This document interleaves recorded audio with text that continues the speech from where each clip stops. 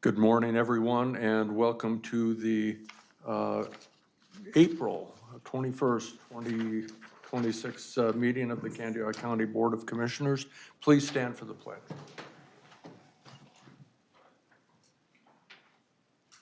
I pledge allegiance to the flag of the United States of America and to the republic for which it stands, one nation, under God, indivisible, with liberty and justice for all. I want to thank everybody who's in the room today, as well as everyone who's following us on YouTube. Thank you for your interest in local Candido County government. I'm going to ask for approval of the agenda with, we're going to make one small switch. We're going to flip-flop the 10:30 and 10:40 items. Mel needs just a little more time to finish doing some tabulating. So with that, is there a motion to approve today's agenda? I'll make that motion, Mr. Chair. Second. We have a motion and a second to approve the agenda today. Discussion? Hearing none, all in favor, say aye. Aye. All opposed? That motion passes. Thank you. The next item for consideration is the consent agenda. These are typically the routine matters that come before us. And today they include the approval of the April 7th, 2026 County Board legal minutes, approval of the auditor's warrants and claims, approval of the human services warrants and claims, cancellation of human services warrants, New London Fire Department Relief Association exempt permit, approval of employee handbook updates, and approval of rescue squad policies. Are there any of these items which any commissioners would wish to pull from the consent agenda? Hearing none, then I would ask for a motion to approve the consent agenda. So moved, Mr. Chair. I'll second it. Thank you. We have a motion and a second to approve the consent agenda. Discussion. Hearing none, all in favor say aye. Aye. All opposed? That motion passes. Thank you. At this time, we will recess the Candido County Board of Commissioners meeting, and we will reconvene as the Drainage Ditch Authority, and we are going to hold a public hearing in the matter of the petition for the partial abandonment of Candido County Ditch 62, Branch 2 and 2A. And so at this time, I would like to welcome everyone who's attending today's public hearing.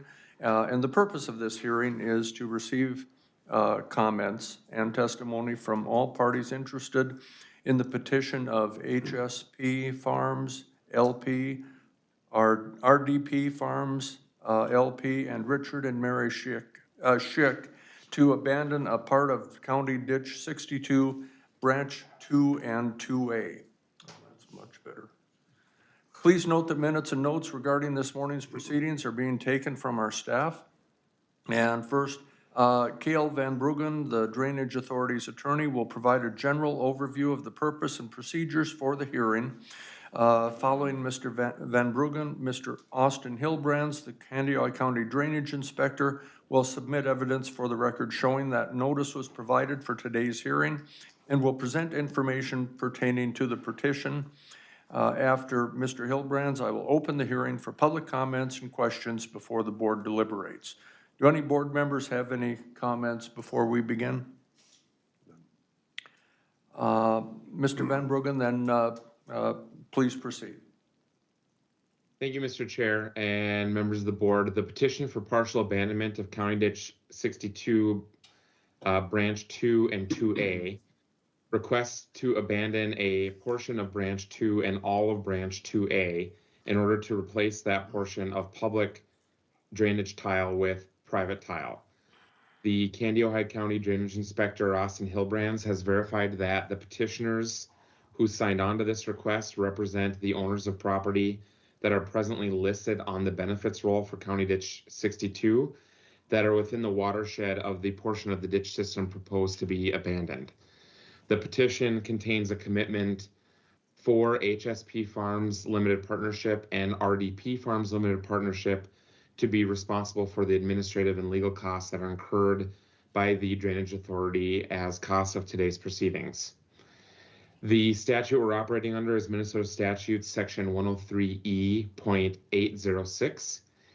The statute says that if the board finds that the part of the drainage system to be abandoned does not serve a substantial useful purpose as part of the drainage system to any property remaining in the system and is not of a substantial public benefit and utility, then the board must make findings in an order abandoning the system. After a partial abandonment is granted, a repair petition may not be accepted for that part of the system, and the responsibility of the Drainage Authority to inspect and maintain that part of the system formally ends as the right-of-way is released to the underlying landowner. So for today's hearing, the board is going to receive evidence from your drainage inspector showing that we complied with the notice requirements for today's hearing. There'll be an opportunity for the petitioners if they would like to present any comments they have on the petition. The chair is going to open the floor for any public comments or questions. And then following the public comment portion of today's hearing, the board will deliberate on the evidence it received and then take action. One of those actions can be that the board could continue the hearing today and request further investigation before it makes a decision. Or the board could proceed to deliberate on the 2 questions in the Drainage Code statute and then decide to either grant or deny the petition based on those deliberations. And again, those deliberations will be asking, based on the record before you, whether or not the portion of the drainage system to be abandoned serves a substantial useful purpose as part of the drainage system to any property remaining in the system. That's question 1. Then question 2 would be whether or not the portion of County Ditch 62 to be abandoned is of substantial public benefit and utility. If the answer to both those questions is no, then the petition should be approved. If the answer to either of those questions is yes, then the petition should be denied. With that, Mr. Chair, do you or any commissioners have questions for me about the procedure or the standard before the board today? Any questions for Attorney Van Bruggen? None. Hearing none, then Mr. Hilbrands, will you present evidence of compliance with the notice requirements and comments on the petition?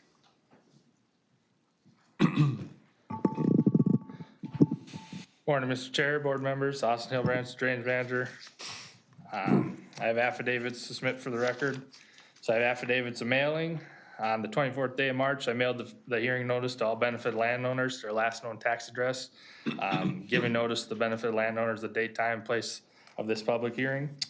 I have affidavits of posting. So on the 24th day of March, I posted the hearing notice outside the Candido County boardroom on the main bulletin board, and also at the Candido County Courthouse on the main bulletin board, giving notice to the public the date, time, and place for this partial abandonment hearing. And then I also have an affidavit of publishing on the county website. I caused the link for the notice to be published on the Candido County Drainage website, giving notice to the public the date, time, and place of this petition for partial abandonment. So that's the notice requirements. In your board deliberation guide, there is a map that shows where this abandonment's taking place. It's gonna be in Arctander section 34. We're gonna abandon all of branch 2A. That's the branch going to the west. And then a portion of branch 2 up to the county road right away. So that's approximately like station 5 plus 55 for branch 2. So, and then to the west, Richard or Mary Sheik, they have just surface water coming into that low bottom, to the low ground on Pierce's farm there. So it is your drainage manager's opinion that an easement isn't required for this one, for private drainage. There's no private drainage coming, no private tiles coming out of the neighbors anyway, so. Okay. All right. Board members, do you have any questions for Austin? I have one. Commissioner Anderson. So was this already abandoned are we doing house cleaning or are we, or No, is this portion hasn't been abandoned yet. Okay, well, I'm glad that they came before us. Yes. Instead of after the fact. Yep, like this is the portion south of that county road, so. Okay, Yep. great, thank you. Okay. Anyone else with questions for Mr. Hilbrands? All right. With that, then, we are ready to hear from members of the public who wish to comment. If you would like to make a comment, please raise your hand, and when I recognize you, come up to the microphone and please state your name and address for the record. If you have property affected by the proposed project, it will also be helpful for you to identify the property. If you have a specific question concerning the project or proceedings, we may ask Mr. Van Bruggen, Mr. Hildebrands, if they are able to respond. If you have anything in writing you wish to submit, you can provide it to me during the public comment portion of the hearing. Is there anyone who wishes to speak on this matter at this public hearing? Sir?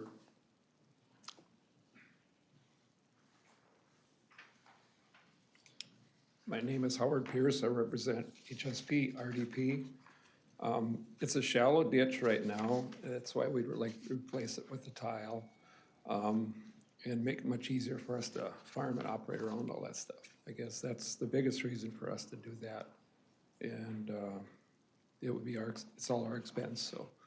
And it does not affect the sheiks at all. And yeah, I guess I don't know what else to tell you, but that's basically what'll help us make straight rounds. So. All right. any Thank you. questions?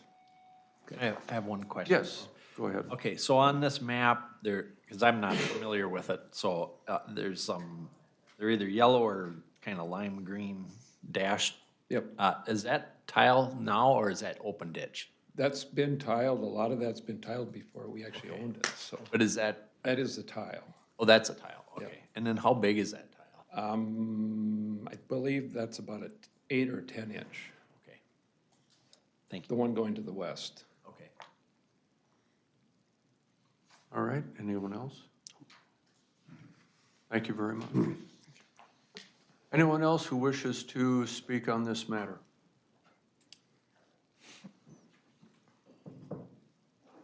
Anyone else that wishes to appear before us on this matter?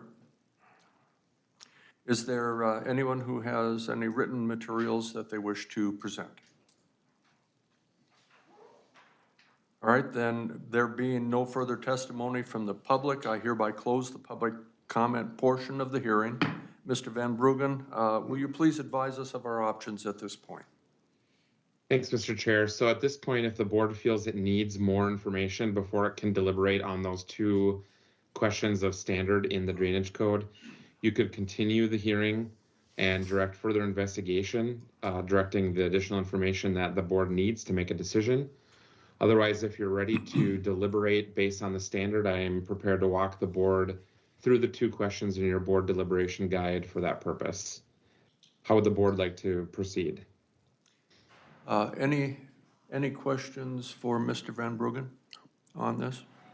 All right, then, take us through the two questions, please. Okay, thank you, Mr. Chair. So the board will be acting on the record before it, which is the petition for partial abandonment, as well as the testimony of HSP Farms. The first question that the statute requires the board to answer is whether or not the part of the drainage system to be abandoned serves a substantial useful purpose as part of the system to any property remaining in the system. Again, if you answer no to this question, that would be supporting approval of the petition for partial abandonment. Answering yes would be in support of denying the petition for partial abandonment. Commissioner Dale Anderson, how do you answer? No. Commissioner Dwayne Anderson? No. Commissioner Berg? No. Commissioner Gardner? No. Commissioner Emdike? No. The second and final question, Mr. Chair, is whether or not the portion of County Ditch 62 to be abandoned is of substantial public benefit and utility. Again, answering no to this question would be supporting the petition for partial abandonment. Answering yes would be supporting denial of the petition for partial abandonment. Commissioner Dale Anderson, how do you answer? No. Commissioner Dwayne Anderson? No. Commissioner Berg? No. Commissioner Gardner? No. Commissioner Emdike? No. So with that, Mr. Chair, the board has unanimously answered no to both questions in statute. According to the drainage code, that means the board should approve the petition by findings and order. There are draft findings and a proposed order in your board packet. The draft findings and proposed order that were made available to the board grants the petition, makes clear that this releases the right-of-way for the portion of the system to be abandoned, and then assigns petitioner HSP and RDP Farms the responsibility for all the costs incurred to conduct these proceedings. So with that, Mr. Chair, we're recommending the example motion 3 to approve the draft findings and proposed order as prepared by your counsel for the hearing. And if that motion is made, it would be voted on by roll call vote. All right, would anyone wish to move to approve the draft findings and proposed order? Mr. Chair, Yes. I move to approve the draft findings and proposed order as prepared by our council for today's hearing. Thank you. Is there a second? I'll second it. Thank you. We have a motion stated by Commissioner Imdek and seconded by Commissioner Dale Anderson. Is there any discussion? All right, hearing no discussion, then we will vote on this motion by roll call. Commissioner Dale Anderson, Yes. Commissioner Dwayne Anderson, Aye. Commissioner Berg, Yes. Chair votes aye. Commissioner Imdek. Aye. 5 ayes, 0 nays, that motion passes. Mr. Van Bruggen, is there anything else that we need to do in terms of conducting the rest of this, or are we finished? You're finished, Mr. Chair. All right, very good. Thank you so much. I want to thank everybody who was here to on this matter.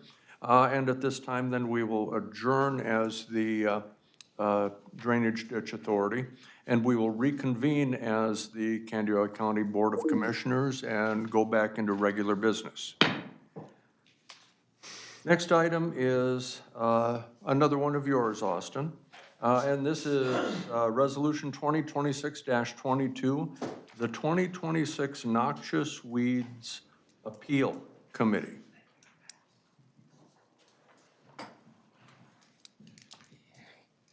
Coming to you now is the ag inspector. So yeah, I'm seeking motion to approve resolution 2026 for the Noxious Weed Appeals Committee. So under Minnesota statute 18-83, we need to appoint members of a Noxious Weed Appeals Committee. This is for landowners in Candiota County to appeal either my noxious weed enforcement or the local weed inspectors of the townships. They can appeal to this Noxious Weed Appeal Committee, so. All right, so I see that we're listing Commissioner Dwayne Anderson on there again. And Dwayne, have you guys met in your time on that? We haven't, which is a good thing. Yep. So, All right, well, this is a good thing then. So then I will Mr. move Chair. resolution 2026 Wait.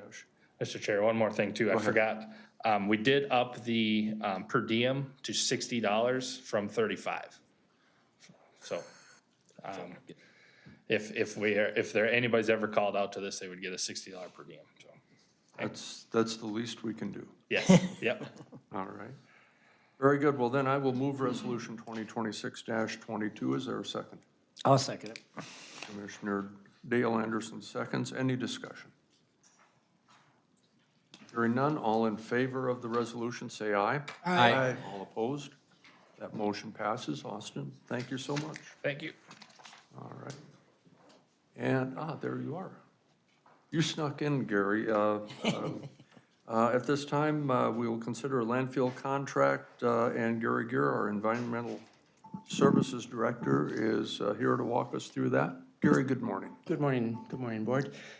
Yes, thank you. Gary Gear, Candiota County Environmental Services Director, here this morning to present the construction contract for the landfill for this season, and it is titled the LFD CAP 2026, and that's the final 4-acre cell in the demolition cell that's getting the final cover. So that is the thrust of the project, and again, a 4-acre cap, and staff and both engineering have recommended awarding the contract to Swenson & Sons Excavating in the amount of $664,901.39. And that was, I should have mentioned, it is under the engineer's estimate, which was $821,796.01. So bids came in good, and happy to present this bid to you for Swenson and Sons. All right, very good. Are there any questions for Mr. Gear? Mr. Commissioner Chair. Berg. Thank you, Mr. Chair. Can you briefly describe what's all involved? It's pretty complicated, but Well, very briefly, yes. It is, but this isn't as complicated as our MSW cells, of course, but this is the demolition cell, which of course at the end of last year, we're no longer accepting demolition, but so this is the final cover over the top. The demolition landfill cell has not been lined, so there wasn't a liner under it, so there's less work involved, but they still require us to do a final cover, so there's a sand layer put over the top, and then the poly cover welded together to the previous cells, and then vegetatively covered over the top of that. So that's the thrust of the involvement, because we're not wanting to have any extra percolation down through that, so that only what is potentially generated through the demolition waste that has been placed there would be seeping. So that's kind of, in a nutshell, I guess, captures what the demolition cell final cap would be considered. Thank you. Thank you. Any other questions? Commissioner Dale Anderson. Being it's demolition, Gary, is there still air vents going into it so it can decompose, or does that seal it up? There are not air vents, so this would, it seals, yes. So other than going down, we're capturing simply within that. Okay. Yep. Anyone else? All right, then you've heard the recommendation of staff. Is there a motion to award the contract? Mr. Chair, I'll make a motion to award the contract to Swenson and Sons Excavating, Inc. in the amount of $664,901.39. Thank Mr. you. Is Chair, there a second? I'll second that, Mr. Chair. Commissioner Berg seconds. Thank you. Any discussion? Commissioner Imdeck. Thank you. I might have misunderstood that. So as of January 1st, we're no longer taking demo Correct. from commercial, but private parties can still bring demo out, or no?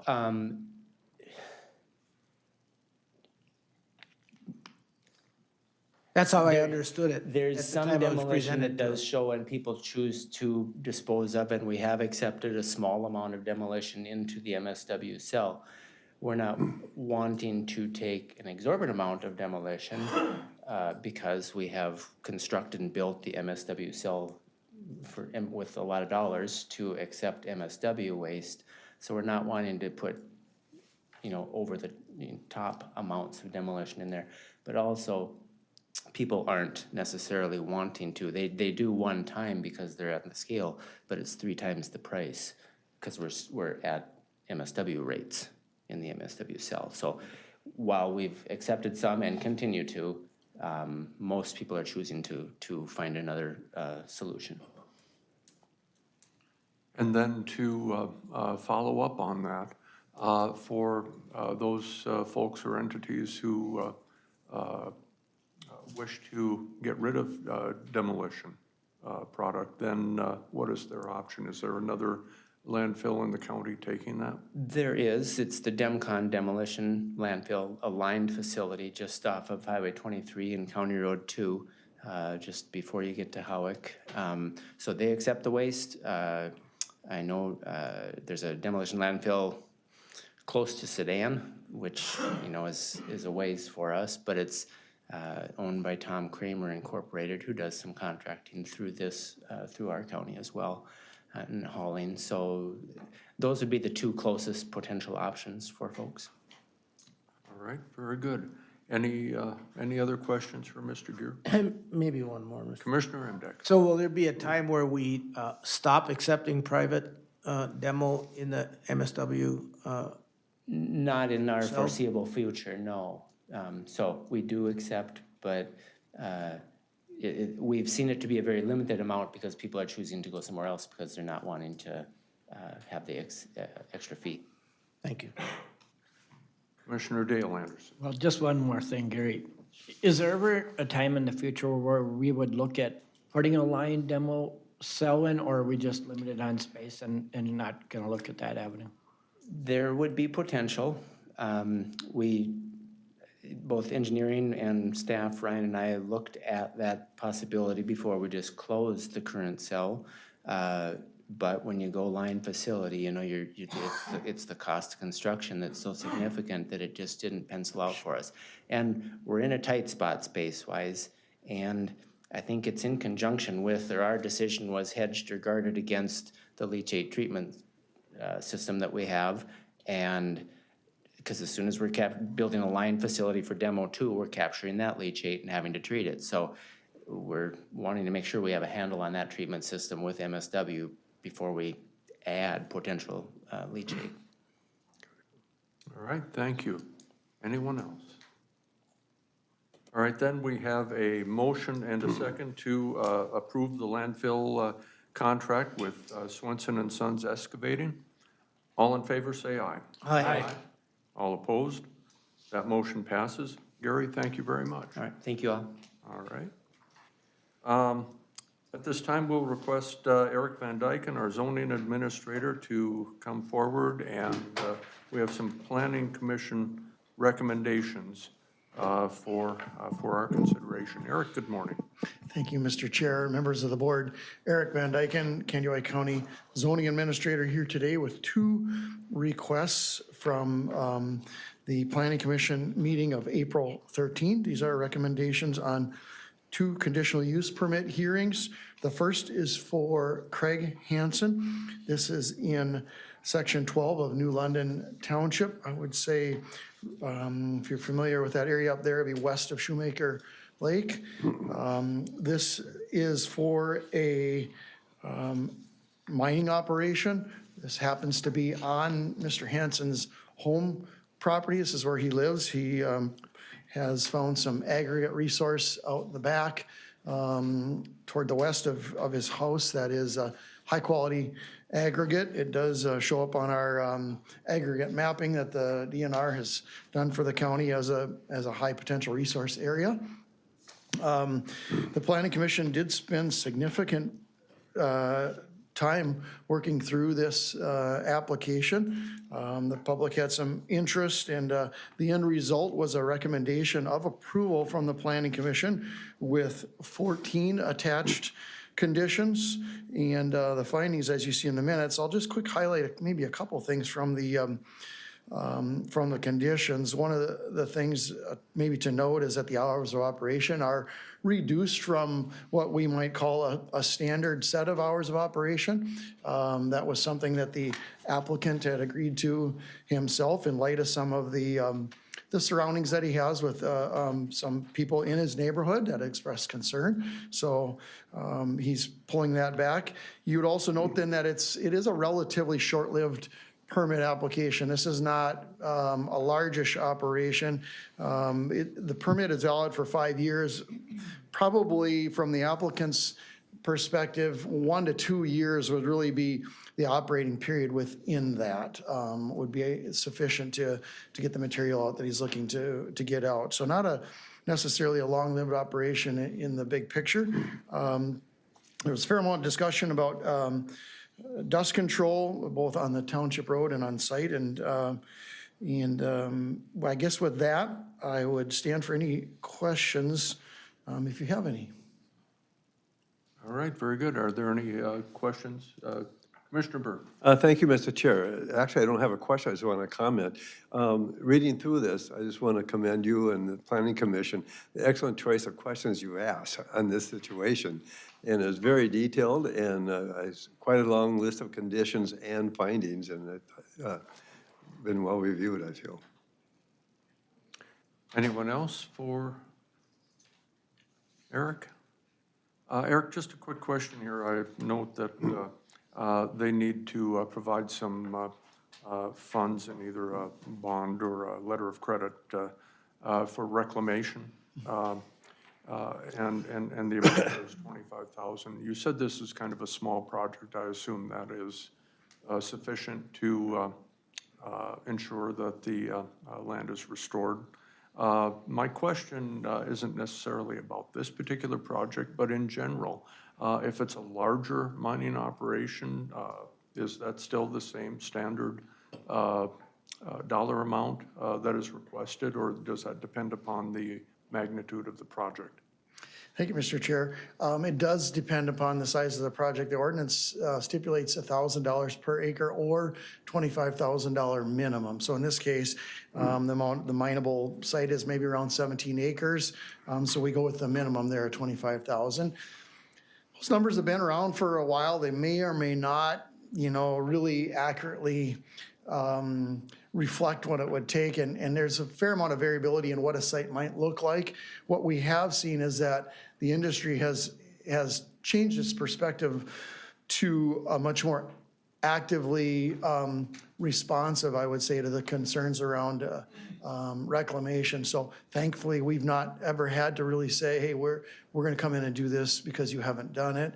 And we have seen sites become reclaimed. This particular contractor has recently mined a site and reclaimed it well. And so that's the pattern that we're beginning to see. But those numbers theoretically could be looked at some point in ordinance to see if they're still a good reflection of today's economics. Thank you for that. Appreciate that. Any other questions for? Mr. Chair, I would move on the planning commission recommendation citing the findings and conditions.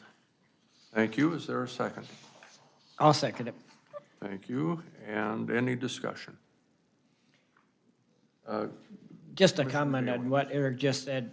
I think Mr. Hanson did a great job of reclaiming the project that was up in my area and did a really nice job, and it's back to a field, and did a nice job making it look good, so. All right, very good. Anyone else? All right, we have a motion and a second to approve the conditional use permit as presented. All in favor, say aye. Aye. All opposed?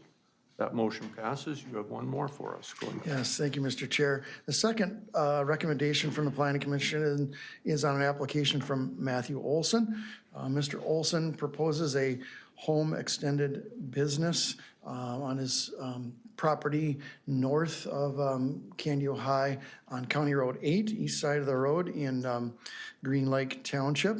Mr. Olson proposes a welding shop there. He's had a pretty long career in welding. He tends to travel around quite a bit for that and is looking to settle down more. His operation would be pretty much a one-man operation. He would have a building up on the hill. He said he's working already with the highway department on a new entrance for that, so he can have a dedicated entrance. His focus would be, I would say, on minor work or some lower grade work in the stainless food processing market. We have some larger contractors for that in our area. His would be a smaller scale. He does some work, I think, locally for Genio, and then he does some agricultural work, farm repair stuff. When the wind blows hard on Green Lake, he gets docks and lifts and that sort of thing. So that would be essentially the nature of his work. For this application, we did not really have a lot of broad interest from the public due to its relatively isolated nature and the low potential for impact from it. Planning Commission did recommend approval with 4 conditions, as you see, that are fairly standard conditions to try to just keep the site in a good-looking condition and not allow it to degrade, and the findings as you see in the draft minutes. Thank you. Commissioner Imdag. Thank you. Eric, I think there was a discussion about having to change the deed or the parcels, combine parcels or something in order to put that on, shop on it. Yeah, thank you, Commissioner Imdag. Originally, his building site, and if you see on the map, is separate from the rest of his property. In order for him to place the shed and shop on there, our zoning regulations do require that it be on his homesteaded property for a home extended business. So he has made a request with the Auditor Treasurer's Office to combine those parcels, and that'll show up in the following tax year. Thank you. Thank you. Are there any other questions for Eric? All right, can we have a motion, please, on the recommendation to approve the CUP? So move, Mr. Chair, signing the findings and conditions. Thank you. Is there a second? I'll second that, Mr. Chair. We have a motion and a second. Any discussion? All right, hearing none, then all those in favor of approving the conditional use permit as recommended by the Planning Commission, say aye. Aye. All opposed? That motion passes. Thank you. Thank you. At this time, we'll have County Administrator Kelsey Baker present to us in regards to the slow no wake ordinance. As members recall, we've already held the public hearing on that, and Kelsey, you have some new information for us here in this regard, yes? Just a few, yes. Kelsey Baker, Candioi County Administrator. As the chair said, we have the slow no wake ordinance in front of the board today for decision. The board held the public hearing at the April 7th, 2026 board meeting. Since then, we did add Calhoun Lake as a designated lake within the ordinance after hearing the public comments. Within that, staff reviewed all levels. I worked with Austin Hillenbrands, our drainage inspector, on the levels after the public comment. We did receive one comment after the public hearing regarding George Lake. After further discussion with staff, we did leave it at the level that we are recommending. And then the other thing that was discussed was the notification. And we'll look through, we'll work off the ordinance, we'll work with lake associations. I think they have a lot of their meetings here in June, their annual lake association meetings. So we'll talk through that and, looking at where the monitors are at. We'll work with the sheriff's office if something needs to be sent out through social media, and we'll work through that to the best of our ability. So with that said, I would stand for any questions, allow the board for discussion, and the staff do recommend final approval on the ordinance. Thank you. And are there any questions for Administrator Baker?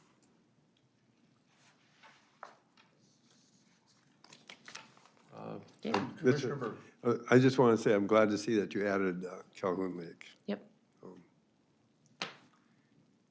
I would say this seems pretty straightforward. The addition is appropriate, and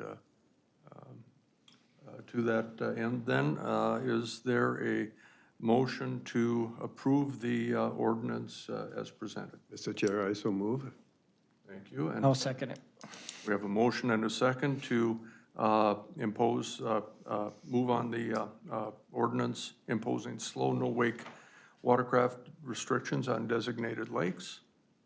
Any comments, questions? Aren't hearing none. All in favor of the motion to approve the ordinance, say aye. Aye. All opposed? That motion passes. Thank you very much. Mel, would you, are you able to do just the one right now? Sure, we can, or do you want to do them both later? I can. Do you, are you ready with the other? No. No, okay. Let's do the one, and then we will recess for 10 minutes. And at that time, then, if you don't have that yet, and I don't think you will, Yeah, no, I then, believe they're then on we their will way. move into the discussion on the firearms ordinance Okay, after our recess. all right. Mr. Chair, members of the board, Mel Odens, Public Works Director, Candioi County. The first item and the only item I guess I'm going to present to you is we opened bids on April 14 for this year's, we call it our bituminous contract. It's maybe our paving contract, where this year we're doing 23 miles of road improvements and one parking lot for the county. We did get a lot of interest this year. And with fuel prices, it was a little bit of an interesting challenge on where to kind of throw the dart on where fuel prices are, because in past years, they would pre-purchase their oil for the next year. That practice is kind of gone by the wayside, so we are subject to current environment. And so when we're doing our plans, we're doing them the fall before and the spring. But when we let it, there's a lot happened since we had our estimate. So as you can see, we were a little bit high, pretty much all due to fuel price fluctuation. But with that being said, we are doing 23 miles of road. The main roads we're doing is in the Raymond area and south of Pennock is a lot of the work. We're doing some stuff up in Sibley, by Sibley State Park, and then 127 in the vicinity of County Power Co-op. So with that being said, Mr. Chair, 3 bids were open on April 14. The estimate was 7.2 million. The apparent low bid of the 3 came in at 8.3, which is about 189,000 over our estimate, which is 13.9% over. But it's, after reviewing the abstracts, it's our recommendation to award SAP 34601-045 et al., which, because there's 11 roads within there, to Central Specialties Incorporated of Alexandria, Minnesota, in the amount of $8,305,683.81. Thank you. You've heard the recommendation of the county engineer, and is there a motion? Also move. Thank you, and a second? I'll second that, Mr. Chair. Thank you. We have a motion and a second to award the bid as presented. This was kind of foreseeable with the fuel prices and such escalating. And so we're just a little over $1 million over what this was. Prior to this, some of our other bids from your, for your projects had been coming in fairly lower. So we're maybe nearing a wash on that one as of this point in time. No, not quite a wash, but Not quite. that's right. Different funding sources as well. So that's where, you know, it's important that the board does a 5-year plan. You know, one bad year is, you know, we can absorb that. We just adjust the program if as necessary. So that's the importance of having a 5-year plan. Years 1 and 2 are pretty much locked in for financing. But if you do come in over, you can adjust year 2. Does that make sense? Sure, You know, sure. so- And are there portions of this that are being funded through the local sales tax? the one that you're gonna be getting, coming in the next hour is the sales tax project. So none of these. Commissioner Burke? Thank you, Mr. Chair. So this, since we're over a significant amount here, this will be an impact on your budget this year. Well, yes, there's an impact to the budget, but we absorb it through that bandwidth of reserves that we have. So we adjust next year if needed. All right, any other questions for Mel? Okay, we have a motion and a second to award the bid to Central Specialties for the various projects in the amount of 8.3+ million. Yep. All in favor, say aye. Aye. All opposed? That motion passes, and we will recess for 10 minutes.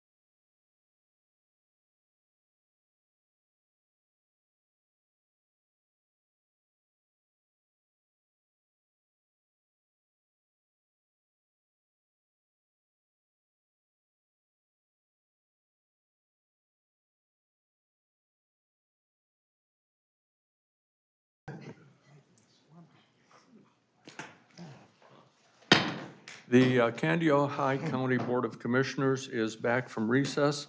At this time, we will undertake consideration of an ordinance for firearm limitations for deer hunting in Candido High County. A little bit of background very briefly here. The legislature last year passed a law allowing for the use of all legal firearms across the state of Minnesota for the taking of deer during firearm season. And in that legislation, it allowed counties to decide if they wanted to opt in or opt out. And if to opt out and remain as a shotgun-only area, it would need to be done so by ordinance. We started hearing from constituents on this back as far back as last November. Throughout the first part of the year, we did undertake a listening session, and then last Tuesday evening, we held the public hearing on this. So the public hearing was to hear in regards to opinions on the ordinance, and now that ordinance is up for consideration by the county board. So at this time, I would ask if anyone would like to move on the resolution. Mr. Chair, I would move on the resolution supporting the use of shotguns in the county as the resolution, or not the resolution, the ordinance as drafted. Thank you. Is there a second? The chair will second. Okay. Commissioner Imdek. Thank you. I'm pretty sure that my colleagues here on the dais would agree that we have not looked forward to the decision we're about to make. This is a decision that should not have been placed in our hands by the Minnesota legislature. Counties were not consulted. It was a chicken shit move on their part. So here we are. We've heard from many, many folks on both sides of this debate. Arguments were presented to support the use of rifles during the firearm season, as well as concern for safety. And to a person, the proponents from both sides were very professional, considerate, and sympathetic to the position in which we were put. I sincerely thank all for their thoughtful and considerate input. I draw from my own experience in making this decision. I have 4 grandchildren, 2 daughters, son-in-laws, brothers, nephews that hunt with me on family property that has been in our family since 1949. On opening morning of the firearm season, in a woods of approximately 450 acres, there will be plus or minus 40 hunters in that woods, or about 11.5 acres per hunter. The density of hunters and the density of homeowners gives me great concern for safety when considering a rifle slug can travel many times the distance of a shotgun slug. For me, my support of maintaining the shotgun zone is based strictly on safety. Thank you. Commissioners, anyone else wish to comment? Mr. Chair. Commissioner Anderson. All right, thanks, Mr. Chair. So I respect everybody's decision here today, but for me, I'm opposed to this ordinance. And the reasons why I think we're kind of becoming more of a checkerboard for the state. There's only, I think, 7 so far that have passed this ordinance, and they're kind of scattered around the area.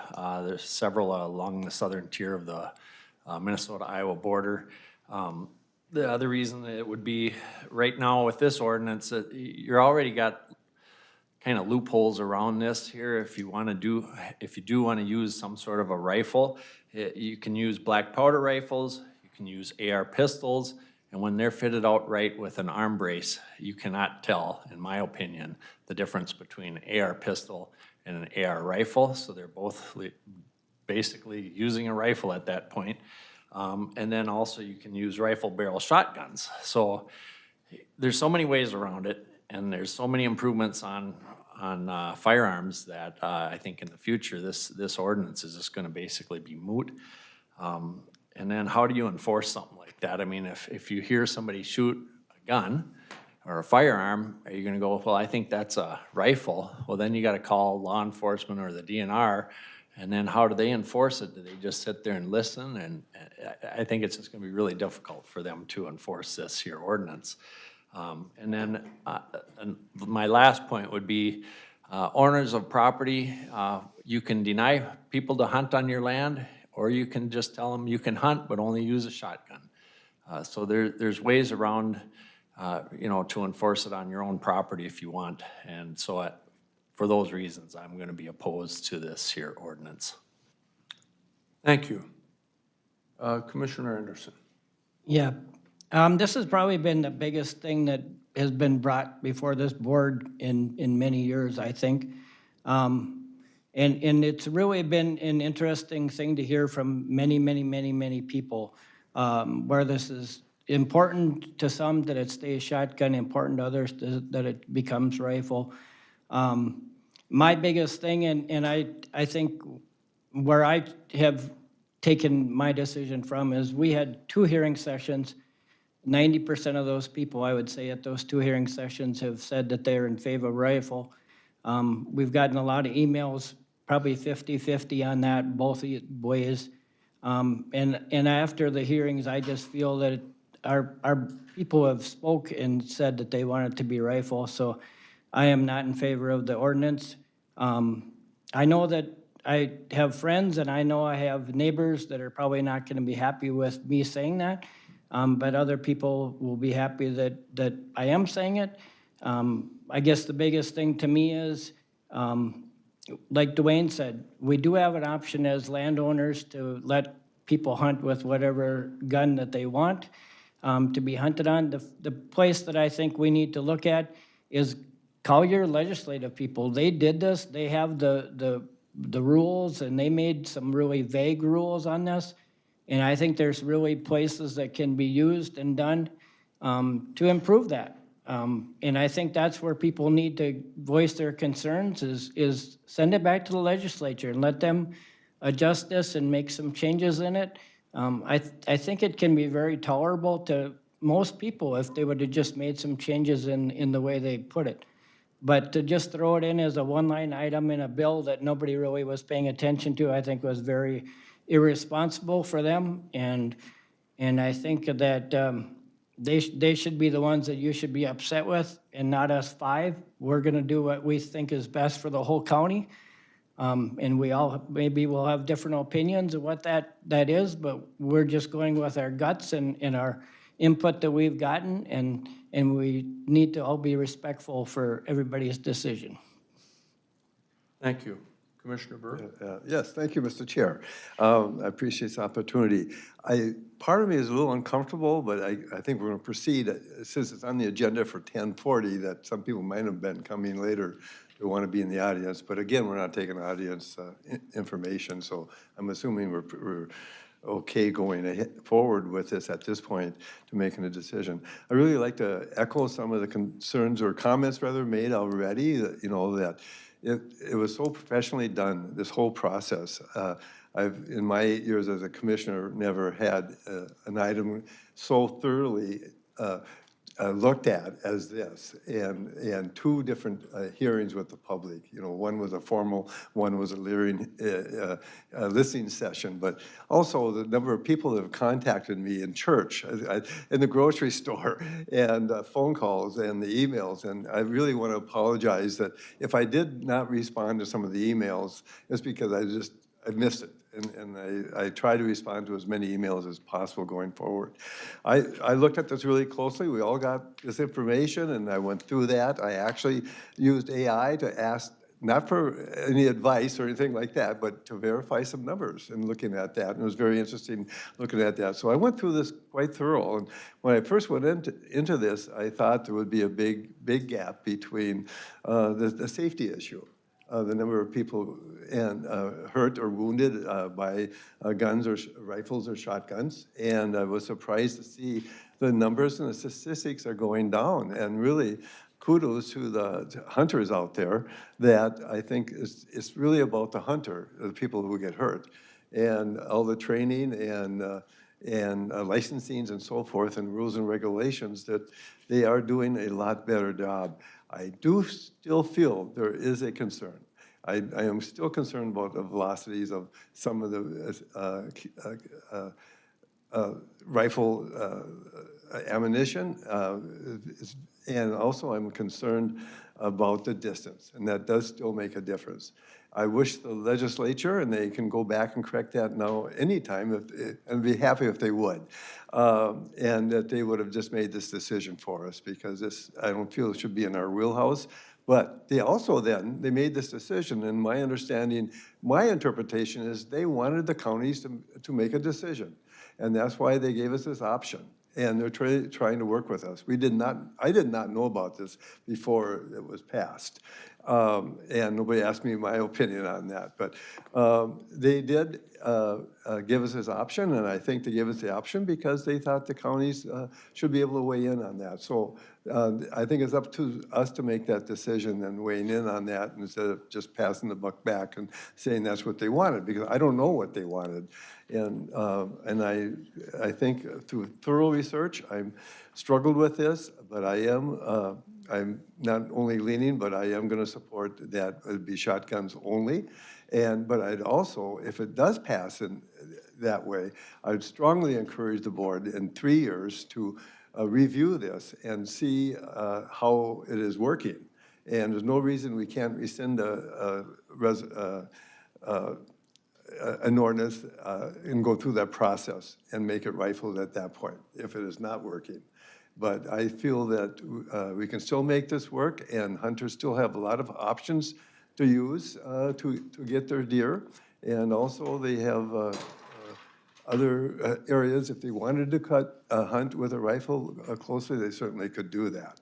So that's where I'm coming across this. But I am doing this not as clear cut, but I am leaning this way. I'm making the decision. I'm leaning to support shotguns only. Thank you. So we've heard from a lot of members of the public and a lot of folks who did not come to the public sessions as well. And especially earlier on and in those email and telephone conversations, we ran probably right in that 50-50 area when everything was all said and done as to the divergence of opinion on this from the members of the general public. And by far and away, the commenters were not from, generally speaking, not from outside of the county, but they were residents of Candiota County. And so this was a decision, and we've kind of joked about this a little bit previously, is that we're guaranteed on this one to upset half of the folks who care about this issue. And that's part of doing this job. Sometimes you're going to take positions, make decisions that you think are the best for your county at this particular time. And there are several comments made. First of all, I want to echo the suggestions by my colleagues that the legislature relook at this. To send us something like this, something we didn't ask for, with basically no instructions whatsoever other than to either approve it or not, or if you want to avoid the issue altogether, do nothing, which I suspect was the default position for a lot of folks.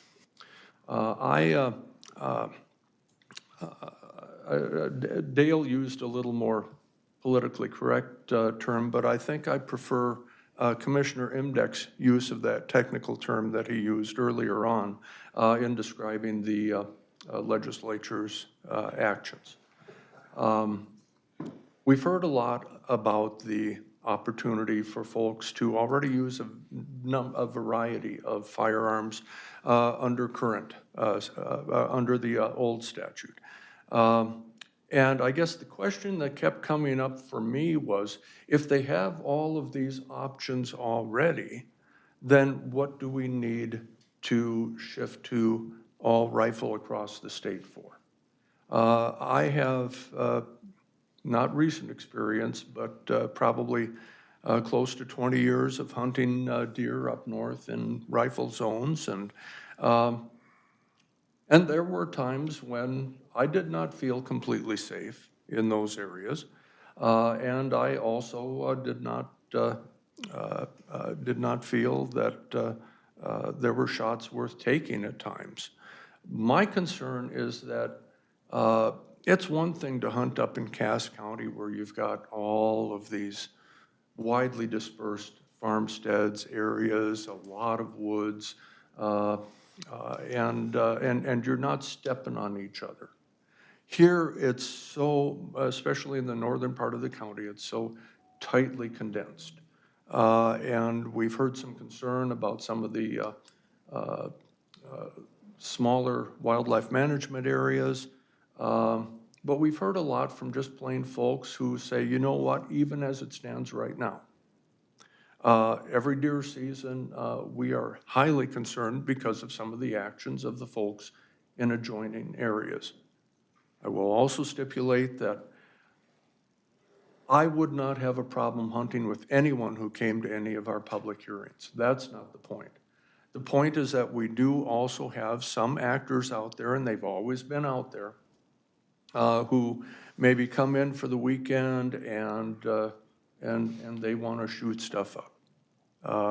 We heard the testimony here the other day. The old rule of thumb used to be 1 shot, dead deer, 2 shots, maybe 3 shots, no way. And now there are no real limitations on, to speak of, on magazine capacity. You get somebody who doesn't have the emotional maturity to be properly handling a firearm, let alone the training.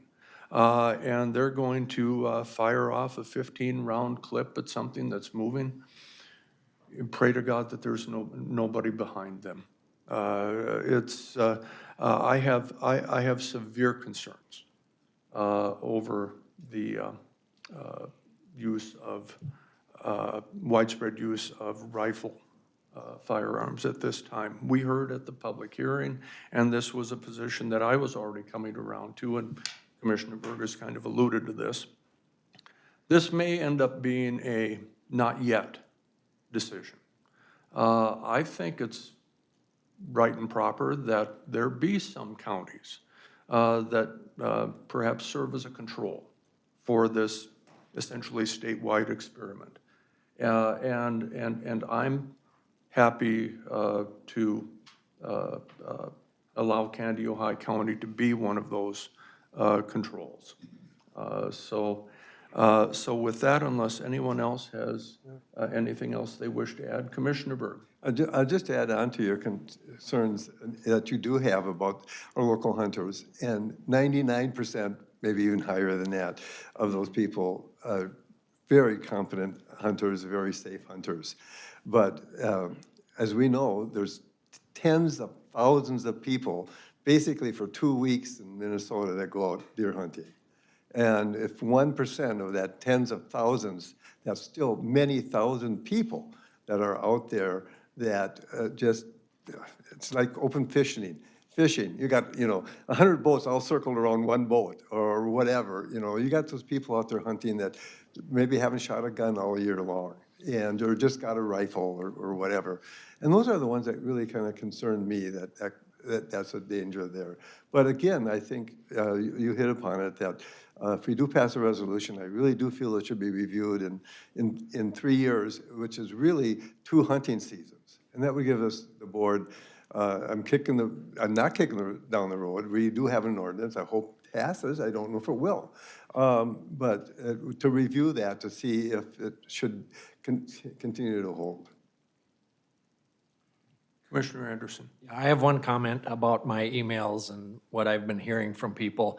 My emails reflected what the comments were, or, the same numbers of those for and against this shotgun ordinance as what was at the hearing and the listening session. So for me, it was overwhelming that people wanted to have a rifle and to be able to use that. And as far as people shooting many rounds, I'm not a hunter, but I do have a rifle and I do have a scope. How are you gonna shoot many rounds looking through a scope at a moving target? That is very hard to do, and most people will not do it that way. Commissioner Burr. Thank you, Mr. Chair. One thing that I noticed in the paper this past week was the follow-up from last fall when a hunter up north, and I don't know if it was a shotgun or a rifle, never said that, but he shot a moose because he thought it was a deer. And I think, you know, I don't know if he was using the scope or not, but not everybody uses a scope either. Anyone else? With that, we've come to the time to vote on this. Does anyone wish to have a roll call on this? I do, yes. Thank you. We'll have a roll call then. Commissioner Dwayne Anderson, No. Commissioner Dale Anderson, No. Commissioner Burr, Yes.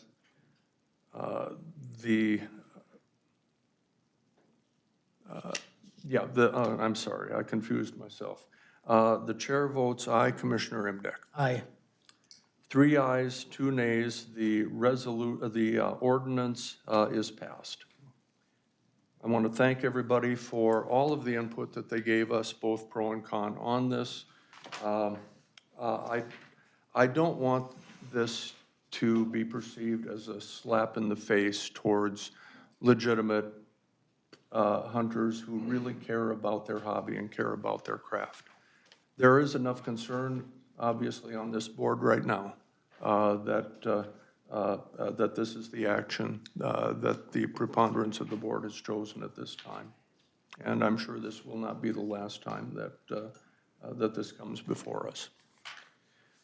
With that then, we'll move on to the, actually we'll revert back to the 10:30 item of business. Mr. Odens, we have another bid award. Mr. Chair, members of the board, in your packet is a brief overview and map of the action that we're going to consider. It's the regrading of County Road 27 from 1 westerly to County Road 7.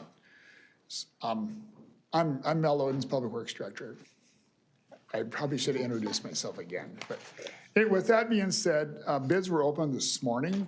So the wording in the summary in your packet was a little bit brief because we don't know who the bidders were and we didn't know how many. But what we did know is that we're gonna do a little over 3 miles of grading and 1 bridge. And so we did open bids this morning at 9 o'clock. There was previously a hearing on this project as well, because we do involve a county ditch. But with that being said, I handed out the bid abstract in hard form during the break, and bids were received. In fact, bids on this one were 24% under the estimate, primarily because it's a dirt project. So we got really good bids on and that's really where the estimate was the money was saved. This is 100% a local option sales tax project. So with that being said, Mr. Chair, the engineer's estimate was $3.157 million. The low bid came in at $2,395,247.52. And it's my recommendation to award this contract to John Riley Construction of Morris, Minnesota for the previously stated amount of $2.395 million. Thank you. Are there any questions for Mr. Odens? All right. That's moving in the right direction. Yeah, it's moving in the right direction. It's very good. It's sales tax money, so it's good money. It doesn't help us on the previous bid, though. No, it doesn't, but maybe It helps. it helps the local projects that we can Yes, yeah, potentially we're good. do now and in the future. All right. We have a recommendation of staff to award the contract to Central Specialties of Alexandria, excuse me, am I No, I'm sorry. Morris, Uh, Minnesota. I'm John looking at the Riley. old one. John Riley Construction Yep. of Morris, Minnesota. Yep. All in favor, say aye. Aye. Aye. All opposed? We never made a motion. Oh, I'm. A motion, please. Mr. Chair, I so moved. Thank you. Is there a second? I'll second that, Mr. Chair. Thank you so much. Any discussion? It's not like anyone noticed. Just jump. Appropriately so. Any other discussion? Now, all in favor, say aye. Aye. All opposed? That motion carries. We will take a 10-minute recess.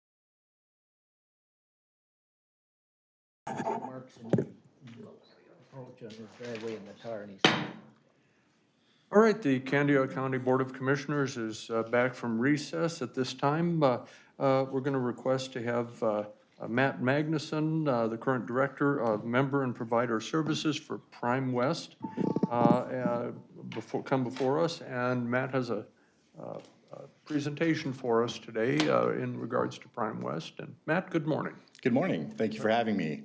Again, my name is Matt Magnuson. I'm the current Director of Member and Provider Services, but also the incoming CEO at Prime West Health. So June 1st, I'll take over that responsibility for the county-owned health plan that you all own. I have a presentation today. It's meant to be just kind of a guide. It has some very general information, but this is open, so please feel free to ask questions as we go through this, and I'll try to answer them as best I can. First, just want to talk a little bit about the health plan that you own. So what is Prime West Health? It is a county joint powers organization. So we're owned by 24 counties, and we'll talk a little bit about that. And then we're a health insurance plan. So think Blue Cross Blue Shield, Medica, Health Partners. We operate just like any other health insurance plan in the state of Minnesota. Our big difference is that we are county owned. We're governed by that county board. Again, we're a joint powers board governed by the 24 counties you can see on the screen there. We're owned and governed by those 24 counties. And then we have 2 county commissioners from each county that sit on our board. There's a primary and an alternate. The board meets monthly, and really the board sets the direction for the organization. We'll go through some history here about Prime West, how we became 24 counties as we go through this. Again, so what is Prime West Health? Again, we're a health insurance plan. And then in Minnesota and in the US, the health insurance market is unique. So there's 2 different sections to it. There's a private health insurance market. Think about that, the coverage you're buying for your employees of the county today, or if you're a business owner, the coverage that they're getting through there. And then there is the public health insurance market, which is where Prime West is. We cover our most vulnerable residents within our communities, people that qualify for Medicaid and Medicare. Our funds come directly from the state or the federal government to cover those people. And then there's 2 ways that you can do that public insurance in the state of Minnesota. You can do it the traditional way, which is fee-for-service. That's where DHS, the Department of Human Services, manages the care for members. Basically what happens is DHS issues a card. Every provider just bills the state directly for that care. On the other side, you can look and you can see that you can also do managed care. In Minnesota, about 83% of all members are now covered by managed care. The highlight of this cockpit is to illustrate the difference between what DHS fee-for-service does as a health insurance plan versus what they require of the managed care plan. So we have all kinds of additional requirements when the state contracts with a managed care plan. Think about all the stuff that's happening right now with fraud, waste, and abuse, things like that. We have to credential providers. We have just a lot more checks and balances in place that they require of managed care plans than they do of themselves when they're processing claims. Again, this is just a slide that basically what is managed care. So what happens is we're responsible to take care of and pay all of the claims, but we also have to credential providers. We have to make sure utilization management is in order. We have to look at the quality of care that's being delivered out there. We work directly with our counties to supply services. And then there's Medicaid managed care and there's Medicare managed care. We do a little bit of both. In the Medicare space, it's very small. Our Medicare members are all dual eligible members, which means they also have Medicaid. So any member that we cover for Medicare also has that Medicaid component. And again, for Medicaid, those are income-based programs. So they're working with your county, they're working with the state of Minnesota, they're becoming eligible based on their income, and then we're serving them as a part of the managed care plan. In Minnesota, there's also 2 types of managed care organizations. So there's the traditional managed care organizations like we talked about earlier, the Blue Cross, Medicas, Health Partners of the World, where the state's contracting with an HMO, health maintenance organization, and then that health maintenance organization is going back out and deciding which local providers can I use? How am I serving members? How do we work with the community? The second option on there is what we've decided to do here as counties, and that's the state contracting back with the community. And now as a community, we get to decide how we cover care here locally. That was the whole crux of why counties wanted to get in this in the first place. They said, wait, we don't want managed care plans only coming out of the metro area, trying to serve our members out here in rural Minnesota. We have a better understanding of what services they need, what our members look like. We can do a better job as a community. So counties came together to create county-based purchasing. Matt, would it be fair to say that another distinction, the primary distinction between those two types of managed care organizations is that in general, the Blues or whatever you want to call them, they have CEOs, for example, that are getting 7, 8-figure, whatever, contracts, options, all of those types of things. And that's not the type of thing that we have within a county-based purchasing organization, quite the opposite. We're not feeding that ecosystem on the backs of premiums from clients, correct? Correct, yeah, that's a great point. So as a county-based purchasing organization, I work for Prime West Health, we're county employees. So we work kind of in that same structure as a normal county employee would. Our CEO does not make millions of dollars like those other CEOs make. We also aren't feeding any boards or stakeholders or stockholders. Anything we make, and we'll talk about this in a little bit, we get to decide as a board, as counties, how that money gets reinvested back into our community. We do things like we've built dental clinics, we've added new mental health facilities, we try to reimburse our local providers more. We understand how important the rural local providers are to our economic infrastructure here in rural Minnesota. How can we support those rural providers to keep them here so that we can continue to have our healthy communities? And so in general, those healthcare dollars are staying within the communities, within the region. Commissioner Byrne? Oh, thank you, Mr. Chair. We're probably getting you off track. I don't know if that's okay, too.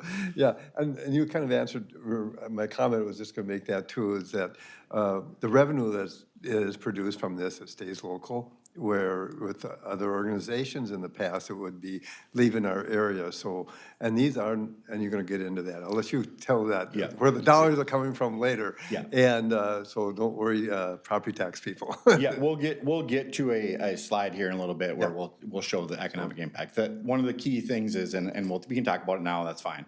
And what we do, yes. No county dollars are used to support our operations.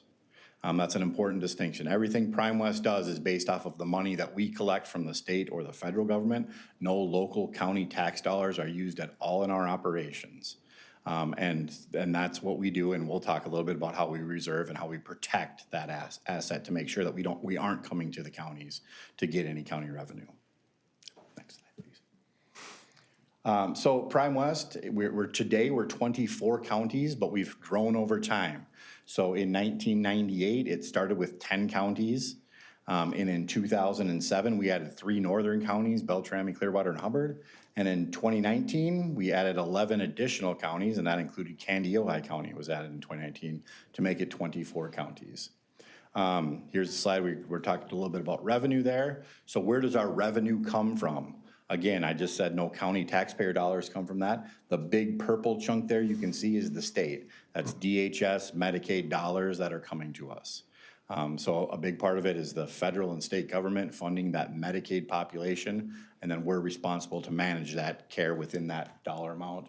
The orange slice there is specifically related to our Medicare business. And then there's a little yellow chunk there. We do some third-party administration. There's a couple other organizations that are very similar to Prime West in the state.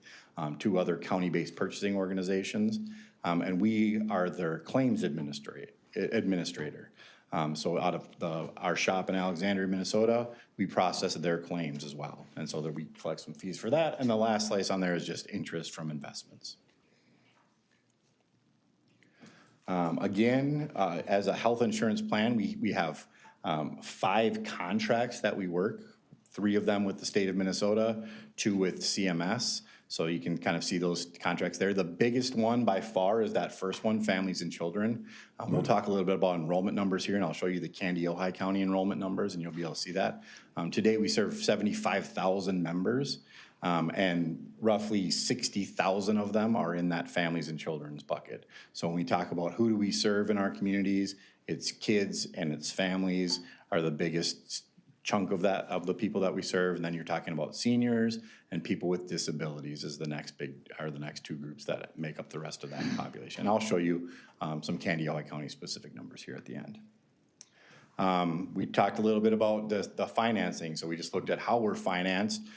We serve under risk-based contracts. So in counties that own Prime West, this is the risk that you take on. You're saying, all right, we want to have this program, we want to manage it locally, we want to be a part of taking care of these members here, but we get a flat fee dollar amount. So when we looked at that previous slide, it was capitation, we call it capitation. Basically, for every member we serve, I'm just going to use easy numbers here, we may get, let's say, $500 per member per month, like a premium to any other insurance company.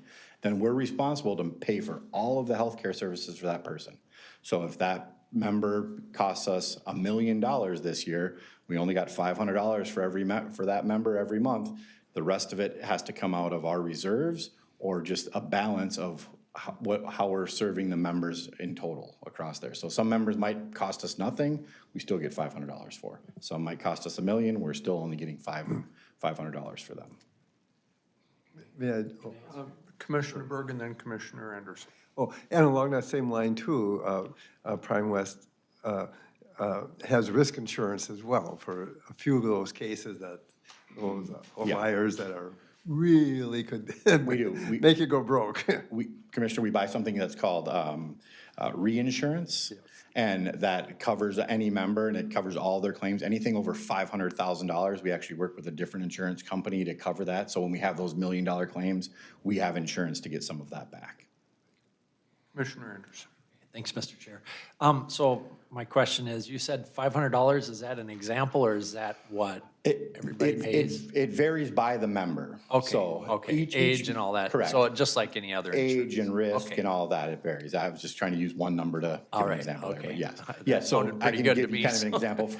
For a child, we might get $200 or $300 Yeah. a month. For a senior that's in an assisted living facility and has lots of services, we may be getting $4,000 a month. Okay, thank you. Yes. Our core responsibilities here are just, again, to pay for the healthcare that we have that happens in our community. Again, I talked a little bit about us being our own claims administrator. We did that intentionally. There was a couple reasons there. We wanted to be able to serve our providers in a way that we clearly understood what was happening with their claims. We turn around claims very quickly to our local providers. There's lots of small rural providers where cash flow can become a pretty big issue.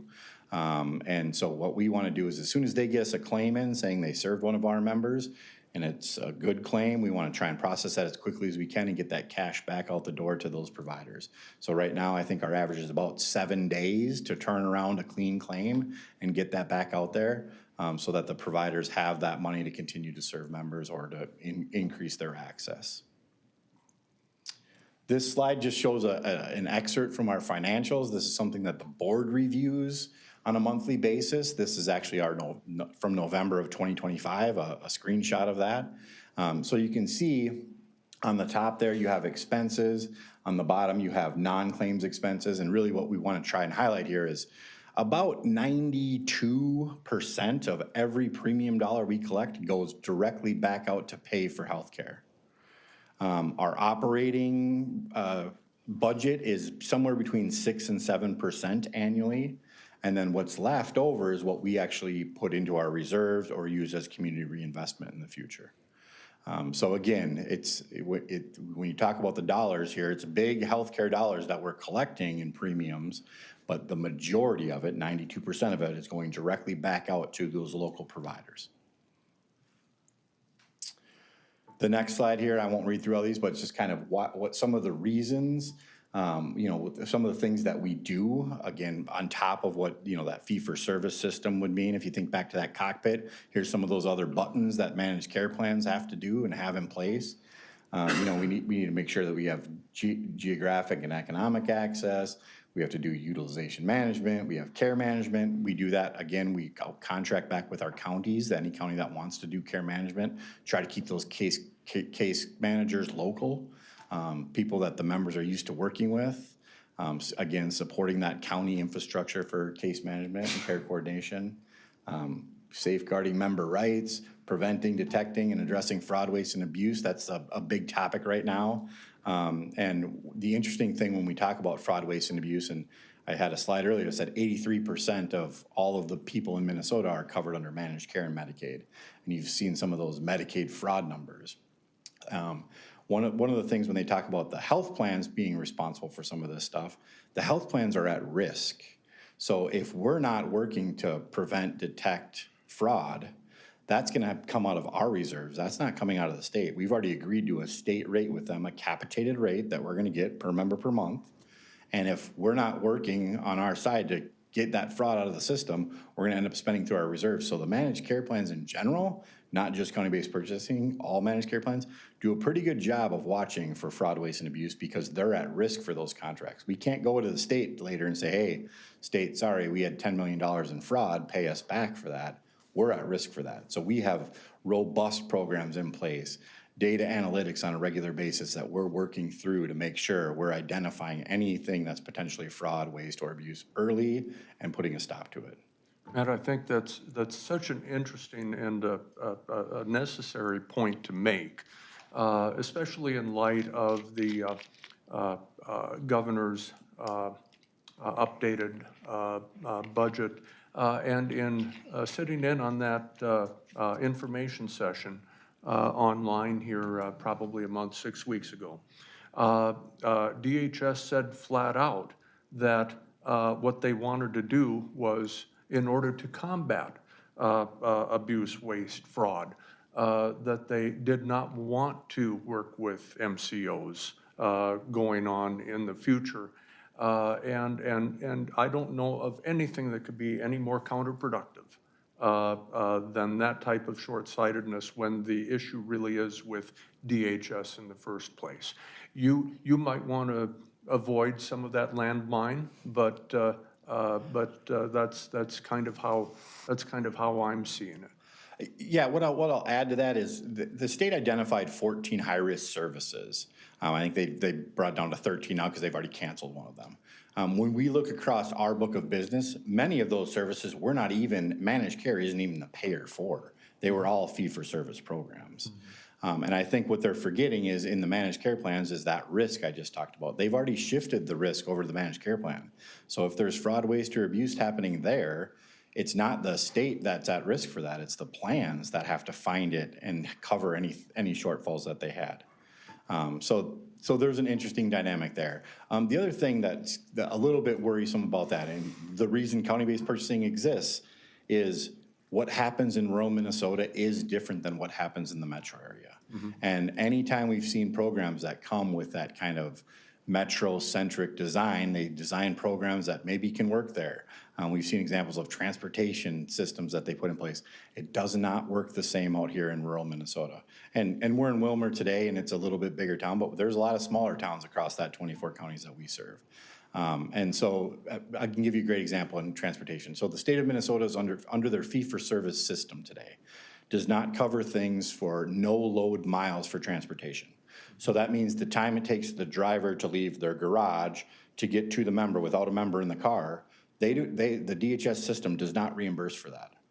Our county board and commission a long time ago said in rural areas, if we're not paying that garage to the member's location, we're not gonna have any drivers. Because here in a lot of our rural communities, you might have somebody that lives 10 minutes out of town, they're driving into town to pick somebody up to take them 2 miles to a clinic appointment and back. Well, if they're only getting 4 miles of reimbursement and not the 26 they did that day, they're not gonna pick up those rides. So that's one of the things we use our reserves for, that as a county to pay that extra amount for no load miles. That's one example of how rural is different, and we need to look at it differently. Commissioner Burke. Thank you, Mr. Chair. Going back to your previous slide, the last bullet, the reporting and the compliance that Prime West has to go through is unbelievable. Yeah, I think the last time I looked at the report, it's about 700 reports a year that we have to produce to either a state or a federal regulator. It's a lot of reports that go through. And those are required reports, not even including the ones we look at to make sure that we're catching the things we need to catch. A lot of checks and Highly, balances. highly regulated industry we're in. We like to tease a little bit because we are county owned too. We also have all the government regulatory requirements plus all the HMO regulatory requirements. So we feel like we're double regulated. You're doing a good job of it. Again, this is a map of all of the county-based purchasing in the state. So there's 32 counties today that do this out of the 87. So Prime West is the largest. We have 24. The next one is kind of that southeast part of the state there. It's South Country Health Alliance. They have 7 counties. And then Itasca County up north has actually they've been doing this since 1985 as a county. They were like an original pilot under how to do managed care in a different way, and Itasca County was one of the original counties that did that, so they've been around the longest. Now we do their third-party administrative work, their claims administration for them. Here's a list of some of the reasons why counties choose county-based purchasing, why counties got into it in the beginning. Again, the control of that state and federal resource, how do we make sure that that stays here? We're gonna show a slide here in a little bit. It's a big resource we're talking about. How do we make sure that we protect that, keep it here so that it's used for our rural communities? And I won't read through all those, but a lot of reasons. When it first started, there was actually providers that were concerned in a lot of our rural communities. They were concerned that a big plan might come and only contract with one of the chiropractors in town or one of the pharmacies in town and not the other one, and we'd lose some providers. And so one of the things Prime West does is we ensure that any provider that's located within one of our counties that's qualified and eligible to contract with us, we will contract with them. What does county-based purchasing, or why Prime West do some of the county-based purchasing stuff and our community reinvestment? So this slide here is an excerpt from a little pamphlet that we put together, and it really shows where do our excess dollars go? How do we reinvest those back into the community?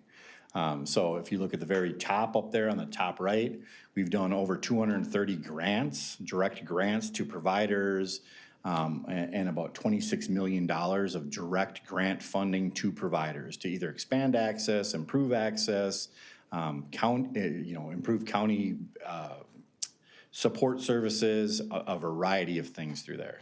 And then as you kind of go through that, there's a few different programs, but at the very bottom there, and actually the biggest number is that purple payments above the DHS fee-for-service system. So our providers within our counties, we make sure that part of the agreement was we make sure that they get paid more than what they would have gotten under the straight fee-for-service managed care payment, straight fee-for-service payment. So we would try to reimburse all of our providers higher than what they would have had under that. And so that's, to date, has about $200 million in an increased funding that's gone to our rural communities, our providers, that would not have gone there had we done under the remained under the fee-for-service system or had other managed care plans. So who do we serve? I talked a little bit about the Families and Children's Program. The other program we have is for seniors age 65 and over.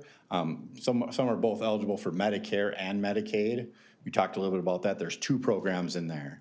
One of them is called MSHO, Minnesota Senior Health Options.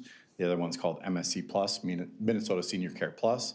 The difference there is the MSHO program is the integrated plan. So a member that has Medicare and Medicaid can get all of their care through Prime West. They don't have to, worry about which plan am I going to call, depending on which service I'm getting. And then the bottom program there is for people with disabilities. So members between 18 and 64 qualify for a program that's called Special Needs Basic Care. And we have the same 2 programs we have with seniors there. Is we have one that integrates their Medicare and Medicaid, and one for members that want to just remain Medicaid only or maybe haven't qualified for Medicare yet. How do individuals enroll in plans? Again, this is the unique thing about the public program space is we don't have enrollment people. We don't take applications. We don't get to say who's eligible for our programs or not. One, they either start with the county, the financial eligibility workers or income maintenance workers, or they can go through the state system, the MNsure system, because it is asset and income qualification for these programs. So we don't determine who's eligible. What happens is a member goes through one of those two systems, either starts with the county or works through the MNsure system, gets qualified for a program, and what that happens is the state sends us a file a few days before the beginning of every month saying, Matt, here's your 75,000 members you're now gonna cover for May. And then they'll pay us a capitation payment for those members. So we can't actually help a member enroll in our plans. That's a unique thing. So we don't have like a sales force out there that's trying to build enrollment because these members all have to qualify based off of their income or assets. So that's a little unique.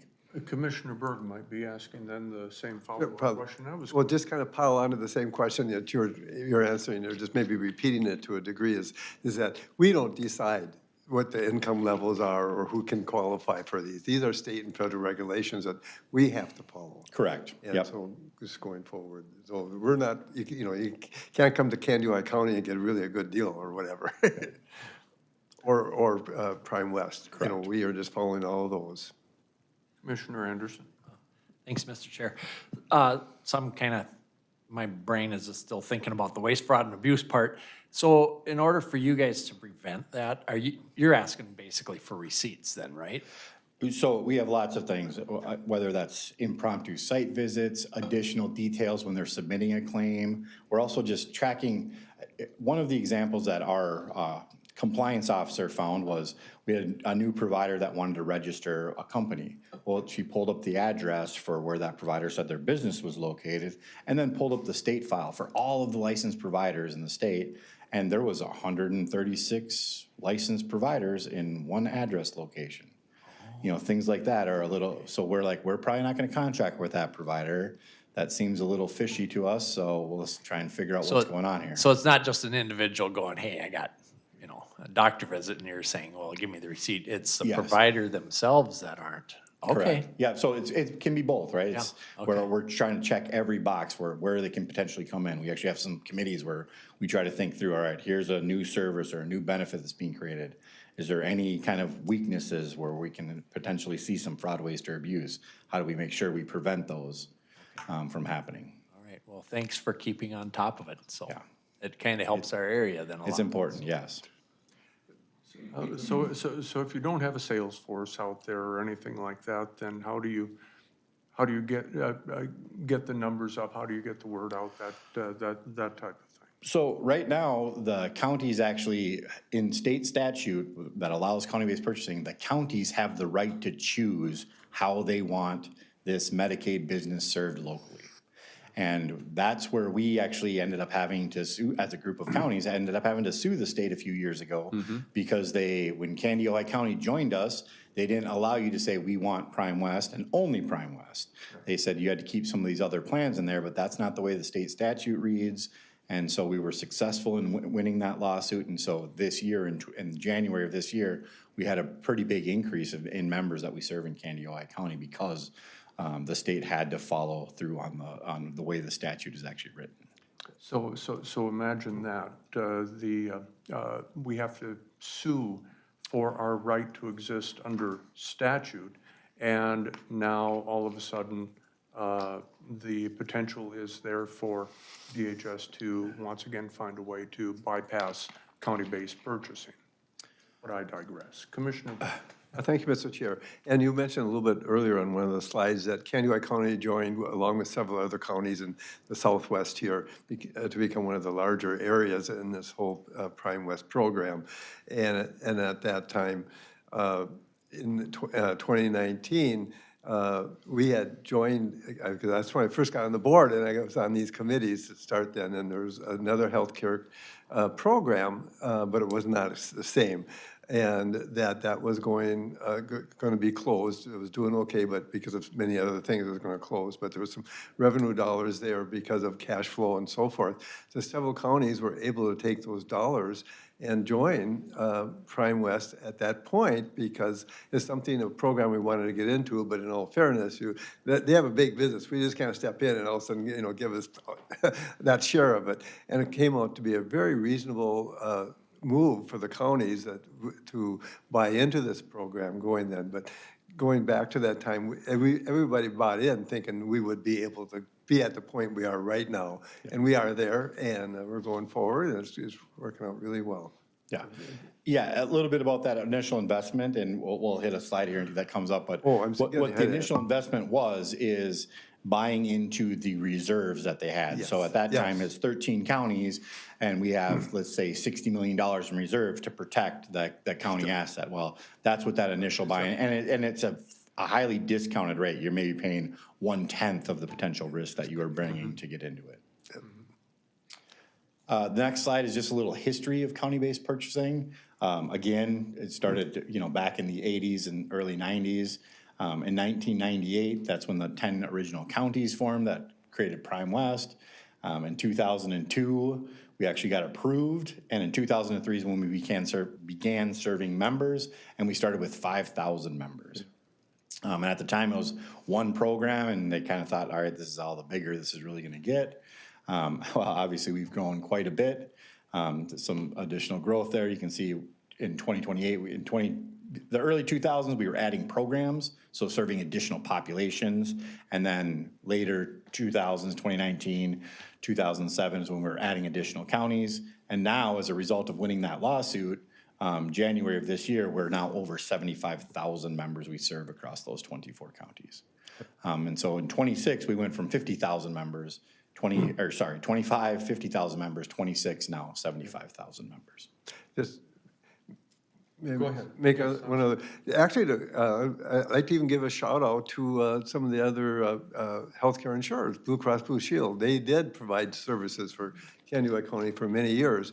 Good program, great staff, and still see them often and work with them in some other programs. But this Prime West makes sense for our region, for Candido County, and to serve our people the best. And I think it's a good way we're going forward. Yeah, hopefully it just gives you more control ultimately in the future is Absolutely. where do we want to reinvest, dollars? In those years where we have surplus, how do we use that surplus? It has to go back. Our statute actually requires it goes back into the community for healthcare purposes. It can't just disappear into some other avenue. It has to be reinvested back into the communities for healthcare purposes. So, Mr. Chair, yes, that's hundreds of millions a year coming back into our region that gets several bumps, that people that work in these healthcare programs that Prime West contracts with spend locally that way. And it keeps coming right back, and we get several bumps out of that. A quick question, if I may, too, is you talked about credentialing and the providers. Do you have off the top of your head approximately how many providers you're credentialing? Because I see the list, and it's huge. Yeah, there's a slide coming up that talks about Okay, I'm our jumping network ahead. size. I'm sorry. But yes, every day, and providers need to be re-credentialed too. So we do an initial credentialing when somebody comes on, and we have to check that they're board certified, that they're licensed, that they went to the school they went to, and then every few years you have to do that again. You have to make sure that they're still licensed. You have to make sure that no action has been taken against their license. So a lot of work in maintaining that provider network. This is just a quick look at our organizational structure. Again, we're a very flat organization. You have the CEO, we have some department directors, and then managers below them. So we keep a really flat organization. Again, we try to be really administratively efficient, and the economies of scale we got from just this latest increase of 25,000 members, I think we added maybe 15 to 20 new staff to cover 25,000 new members. So I showed that November slide, our administrative budget is running about 7% of our admin. This year in 2026, the budget that was approved by the board, it should be hopefully come down somewhere between 5 and 6%, our admin expenses. So really try to run a very efficient organization as well. Something I know the board takes a lot of pride in, we do at Prime West to be, when we get compared against other health plans, we want to look like we're a very efficiently run health plan, doing things the right way. Here's some of those numbers, again, where we just can talk about what does Prime West vital statistics look like. 24 counties, just under 75,000 members. Net worth today, this is what the counties own, is a $125 million organization. Again, that's jointly owned by 24 counties, but that's what you guys own. Our projected revenue this year is over $750 million. So you can see this is a big resource. How do we make sure that those dollars are protected, used for appropriate things, come right back into our communities as an economic development way? Over 17,000 contracted providers is that next slide there. We process about 1.4 million claims a year. About 185 people in our offices. We have people located in our office in Alexandria. The majority of them are. That's where our corporate office is, but also members in the communities, trying to get a lot more community health workers out in our communities, so that we have members of people across all of our counties. We talked about 7% admin. Again, that was the 2025 number. Hopefully in 2026, that's somewhere between 5 and 6%. Over 26 million in grants, and then we do third-party administration. And the last slide here is county specifics for your county. So today, we have about 8,500 members that we serve in Candiotah County. I talked about the biggest group of those being those families and children. That's 8,000 of that 8,400 members are families and children that you're serving. Again, these are your most vulnerable people. They're qualifying based on their income and assets. And so, we're taking care of them. Then you also have Minnesota Care members. Minnesota Care is a program that the state offers. They call it now the Basic Health Plan, but it's for members that maybe work for a small employer. They make a little too much to qualify for public programs, the Minnesota Healthcare Program side of it, the medical assistance. They can pay a small premium and still get insurance with us. Then there's Minnesota Senior Health Options. Those are those seniors that are dually eligible. Minnesota Senior Care Plus, seniors that have their Medicare somewhere else probably, but only their Medicaid through us. And then the two special needs basic care programs, again, members with disabilities between the ages of 18 and 64. Before we go into, I'm sorry, go ahead, Okay, Dwayne. thank you. So it says you have 17,000 contracted providers. Now, I don't know anything about all what you guys do. So is that like, you're counting like eye doctors and Centric Care and? Yep, all that, everything, chiropractors.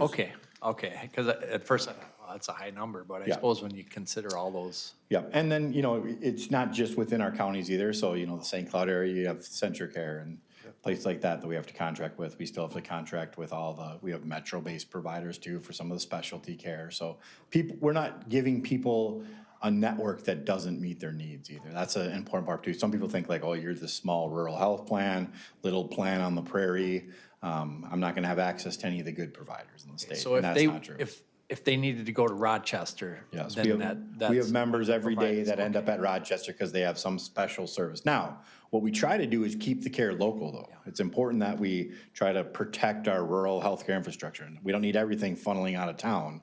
We want to try and keep it here first. So if it's available here and by a qualified provider, let's get it done here. If it's not, if it's some unique circumstance, just doesn't belong here locally, there's not a provider that's willing to see that kind of member, then let's get them to the right kind of specialty care that they need. That's good you're making that clear, because I was thinking 17,000 in the 24 counties that are involved, so it's more than that. So Yes. thank you. Before we go into any other questions, Carol Tollefson is one of our really smart people who helps work with this program. And if I could just ask you to come up here, Carol, because I suspect there might be some questions about, how does this actually apply in the real world for Candiotah County?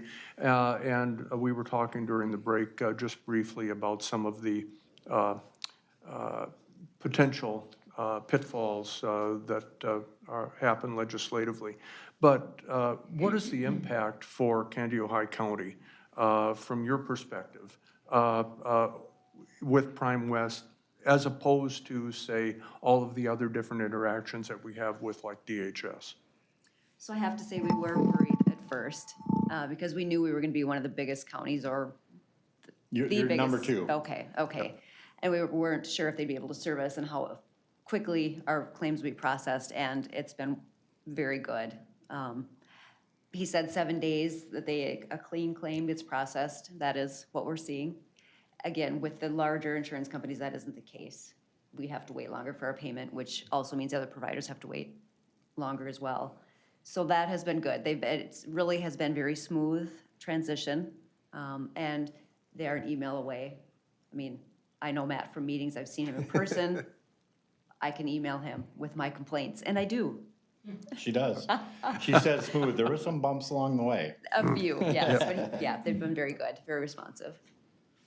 Now, I've got to admit to a little bit of a ulterior motive here in asking you up here, because we just did receive a letter from the Commissioner of DHS.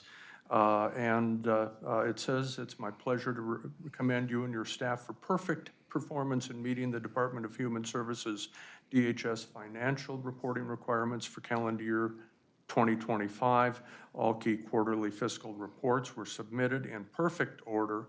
I mean, there's, the word perfect in here is quite a few times. I know this accomplishment requires planning and efficient operation and teamwork within your county human service department. The result is timely revenue for your county and compliance with federal reporting for us at the state. Please congratulate your management and staff on this superb effort. And I know that you and your team were a part of that. And I just wanted to make sure that you and your folks were recognized Thank you. for that here today. So I thanks. appreciate it. We know it's our job and we take it seriously, but it is very nice to be recognized. Thank you. Thank you. Thank you. Any questions for either Matt or Carol? Commissioner Berg? Yeah, yes, first off, yes, that's very accurate. What you said about your services, that's great. Matt, can you comment a little bit on people if they have a question or your services when they call in? Sure. Again, we talked about a little bit about like why we took claims in-house. It was to make sure we could turn around claims quickly for providers. But another reason was we wanted to provide a different way of doing customer service. So at Prime West, we never use an IVR system. So when members call us, there are no 1, 2, 3, 4, 10s. What we do is our calls are always answered by a live person. We make sure that staffing is appropriate. In 2025, I believe it was about 16 seconds to reach a live agent there. So when you're calling, you're getting somebody that's qualified to answer your call. They're trying to help you through it. We really think of them as an advocate for the member, not somebody to put up roadblocks. Our customer service is meant to be, how can I help you navigate this healthcare system? How can I make it easier on the member? Again, I think we've used it in kind of almost marketing campaigns before. Call us, call them, you'll really see the difference. I'd like to add, so healthcare changes every day, right? There's new procedures, new devices, new this, new that. So again, when we have something new, they don't tell us the new procedure code, they don't tell us the new modifier. I mean, again, this healthcare billing is an art, I say, not a science. So again, they are our resource. You know, again, trying to call the bigger insurance companies, again, you'll maybe 5 phone calls and you still won't get a person. Hey, we've got this new procedure we're billing, what do we use? What new code? Yeah, it's been a great partnership, great resource. May I first follow up? I don't know how you do it, or how Prime West does it, you know I'm on the board there.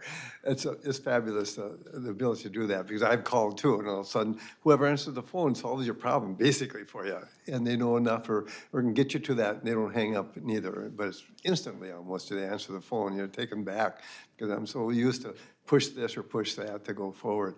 I also want to, Matt, just to give you a shout out too. You got your hands full, and you've been involved with Prime West for many years and many different levels, and just a natural a new CEO coming forward. And now you're kind of doing both jobs. You're doing all this, but you got the answers, and we're lucky to have you.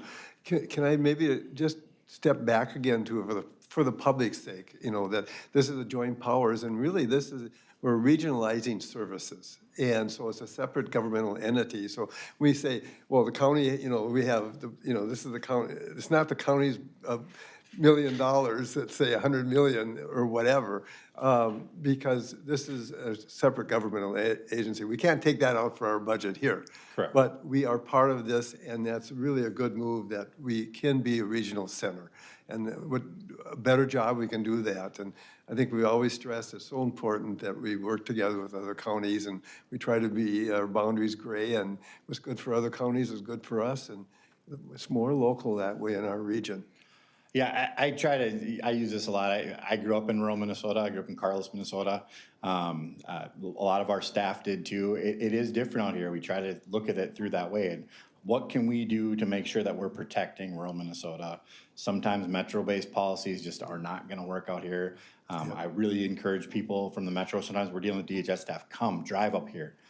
What the policy you're talking about implementing right now does not work in this community. You can come see it, and getting them to come up here and actually pay attention. But that's what I think what makes us different is we're here, we're rural-based. The commissioners are our ears and eyes in the ground of what's happening locally. Even a lot of our county workers, I'll get calls from county workers all the time to be like, hey, I'm pretty sure Carol's done this to me before too. I'm hearing word there's a new dentist gonna open up a clinic in town, you know, and we'll try to find that dentist. All right, let's reach out and let's find a contract with them. See if they're willing to contract. That's kind of that rural responsiveness and local responsiveness that we can be different. Any other questions for Matt?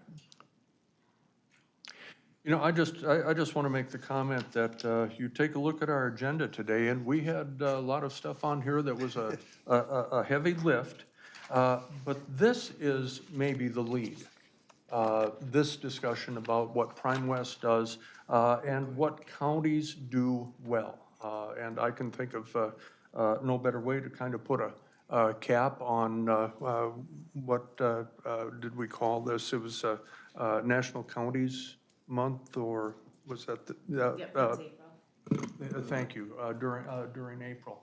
And this is really a shining example of what communities, counties and are able to do really well with partners like Prime West Health. And it takes some investment, but clearly what we're doing is helping people, impacting lives for the better through Prime West. And Commissioner Berg is our primary, and I'm the alternate, and Commissioner Dale Anderson was alternate previously. And so we couldn't be happier to be a part of this organization, both as Joint Powers Board members and on behalf of Candiota County. So thank you so much. And again, thank you to our stellar staff for working within this, these interesting times as well. Thank you for having me. Matt, thank you so much. All right, we are getting towards the end. Any administrative updates? Administrator Baker. Just what you have on your calendar, or for the agenda, just a reminder then, for Tuesday, May 5th at 9 a.m., we'll have the Lake Andrew Lake Improvement District public hearing. And then Tuesday, following the regular board meeting, we'll have the Community Corrections Work Session on May 19th. And then also at the regular board meeting on the 19th at 9 a.m., we'll have the Calhoun Lake public hearing. And you're already starting budget season. Yep, that will be emailed out to the department heads next week. We'll not include any payroll or anything like that. As we kind of move along with session, we'll kind of work through that in May. And then we have our scheduled work sessions throughout the summer. Okay. Any questions for the administrator? All right, thank you. Any appointments that we need to take care of? No? Then we are out to calendars and committee reports. Let's start with Commissioner Dale Anderson. All right. After the last meeting, I went to the Fortress banquet with Tammy Jo, and we have some corrections people that have went through that program, and really interesting to see the community support that they have for that organization at that banquet. It's really, really kind of amazing. That was fun to go to. We had a Health and Human Services Committee on the 13th, me and Dwayne, and looking at different things there that are coming down the pipe, and interesting stuff going on. The rifle ordinance, we had at 5:30 on the 14th, and then I had a library meeting with Dwayne on the 16th, and a parks meeting at 3 o'clock. So that is what I had. Nothing really out of the ordinary, but good meetings. All right, thank you. Commissioner Berg. Okay, thank you, Mr. Chair. Well, after the last board meeting, we had our joint JD Ditch public hearing. which several of us were at, and that took up the full day. The next day, I had a PAC 4 for Families, Chief of Elected Officials meeting in Glencoe, and that pretty well took up the whole day, but really nothing much to report, just really housekeeping. Went over, made some changes to the budget, adjusting the budget, kind of mid-season, reviewing that, and make some approvals at that time. I had a joint ops with the Economic EDC meeting on the 9th, and it was a very good meeting, as well as I had another meeting I had to leave for. And then on Friday, actually, I met with Mr. Matt Magnuson again on open mic and with Caroline, and we had a good conversation. Time went by really fast. I think we thought we had the whole program, and we only had the first part. So, and we didn't realize that until near the end. And also, I did a Zoom with 18 County Mental Health Consortium that met in Marshall. And they're looking at some strategic planning, and I've got some Zoom meetings coming up with some of the persons who are organizing that this week yet.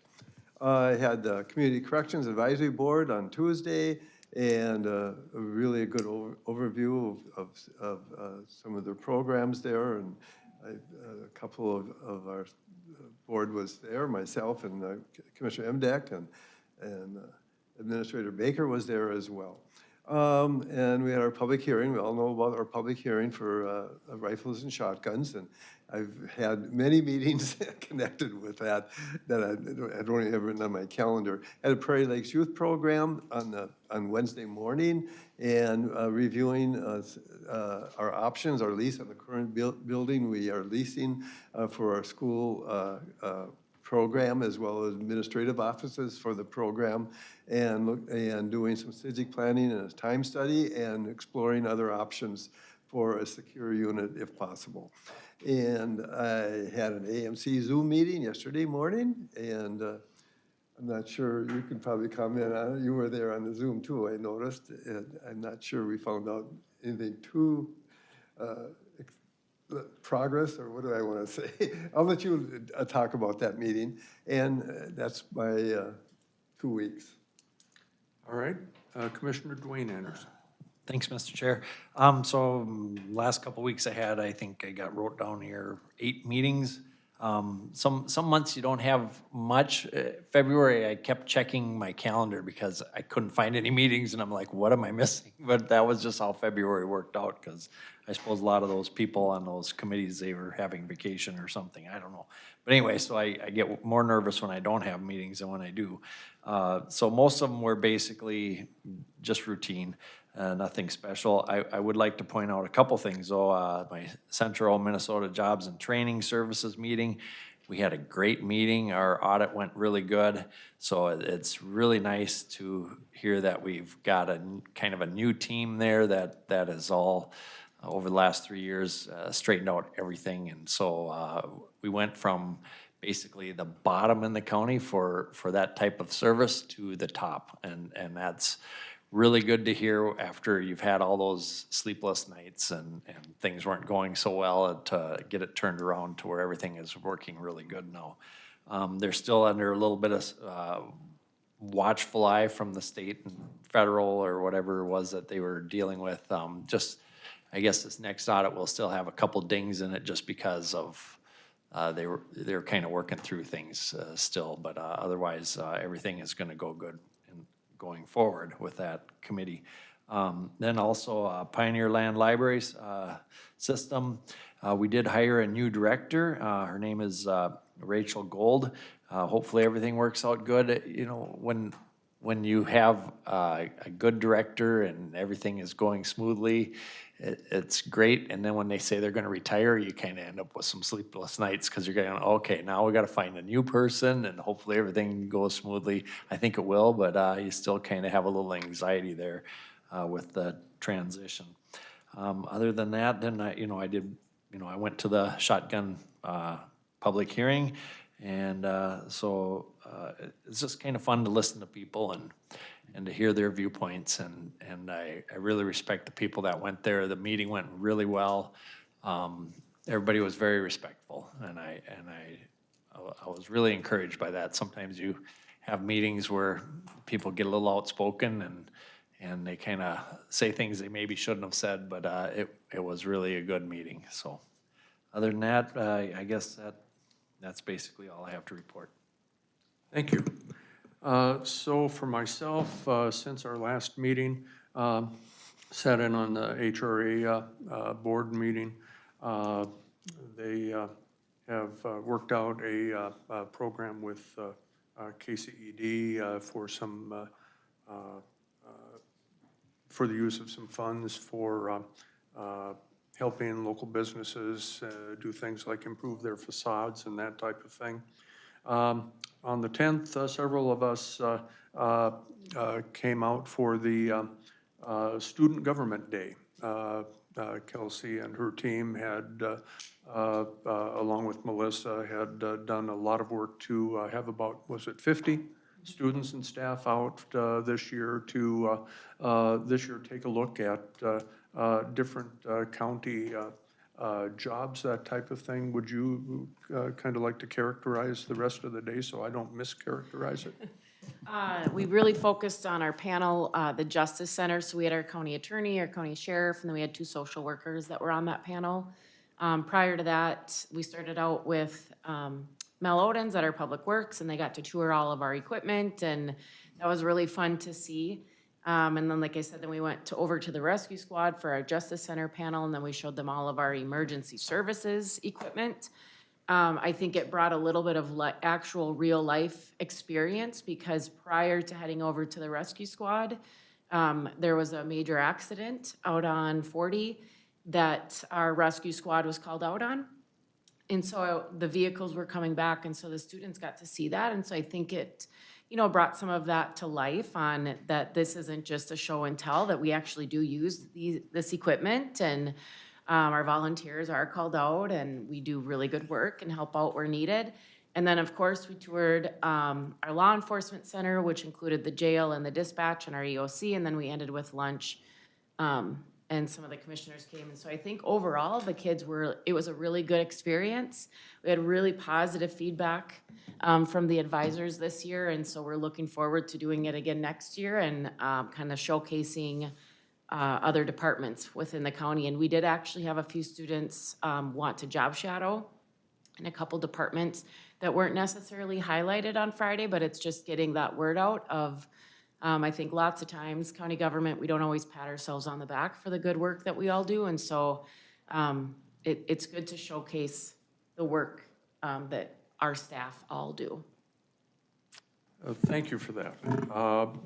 I'm glad that we were able to highlight that. So that was the one thing I missed when I gave my report. But I want to thank Melissa and Kelsey for that. I mean, I just got there for lunch because I had things going on, but I think it is one of the best things that we can do to show these young people what our county is all about, and get them interested at a young age, so that maybe we get them to come back and be employees or be part of our county. And I really did hear, I sat by 2 of the advisors, and they were very impressed with what you guys did. So just want to really give you guys a thank you for that. I think it was a great day for them kids to learn a lot. So thanks. And let's see, going on with the rest of my list here, we had a policy committee meeting last Wednesday. There were a couple of items that made our consent agenda that came out of that. Thursday, Administrator Baker and I went down to the Capitol, and we were able to provide testimony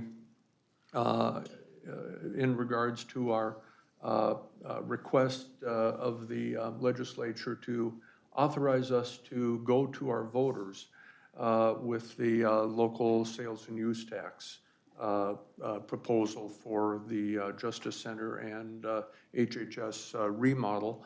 As the administrator said at the time, we were pretty good little students.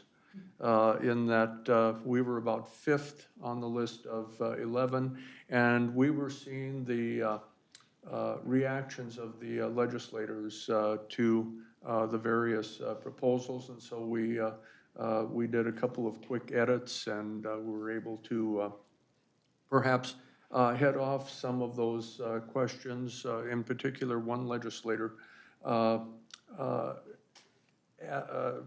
kind of scolded, I'll use the word, everybody else, but that legislator did not say anything about what we had to say. We felt pretty good about the presentation, and now, of course, it'll be up to the legislature to see if they're going to advance any or all or none of those particular proposals. They're hearing another set of that probably as we speak. A lot of different cities that we're looking for different authorizations as well. So I think there were over 20 that were looking for these authorizations. Taxes committee's on a different schedule than the rest of the legislature is. So we'll be looking to see what happens. This may end up in conference committee at some point in time. And so we'll be looking for that, and suspect that we might potentially get called down there on a moment's notice to provide more testimony. Then I drove back down the very next day, on Friday, down to the AMC Board of Directors meeting. And much of what we heard in the webinar yesterday, I'd already heard at the board meeting. But the big takeaway from that is that potentially we are looking at a possible quasi-end of session day at the Capitol again. Last year, we made a last-minute push on several of our different county initiatives, things that were really important to us legislatively, and we're potentially looking at having to do that again. And so that's not going to be just open, of course, to AMC board members, but any commissioner, any staff that feels that they'd like to be part of that team will be letting folks know if and when that takes place. Coming up tomorrow, I'm part of a committee that is interviewing finalists for the Central Community Transit Executive Director position. We had a great search that was led by South Central Service Cooperative, and they brought us three, I think, on paper certainly, exceptional candidates to choose from, and I want to say that we're probably around a dozen or so who applied in the first place. So we're very pleased about that. And then tomorrow there is a KCED Joint Powers Board meeting, and I want to put a shout out for the late afternoon of the 24th out at the Civic Center, starting around 5:30. It is the International Heritage event that is going to be held out there. So we're going to celebrate all of the different places and peoples that inhabit Candiota County and our surrounding area. And if it's like the one they did last year, there will be a little parade where folks will be carrying the flags of their nation of origin, probably somewhere in the neighborhood of 40 or 50 flags that will be represented here in little old Candiota County.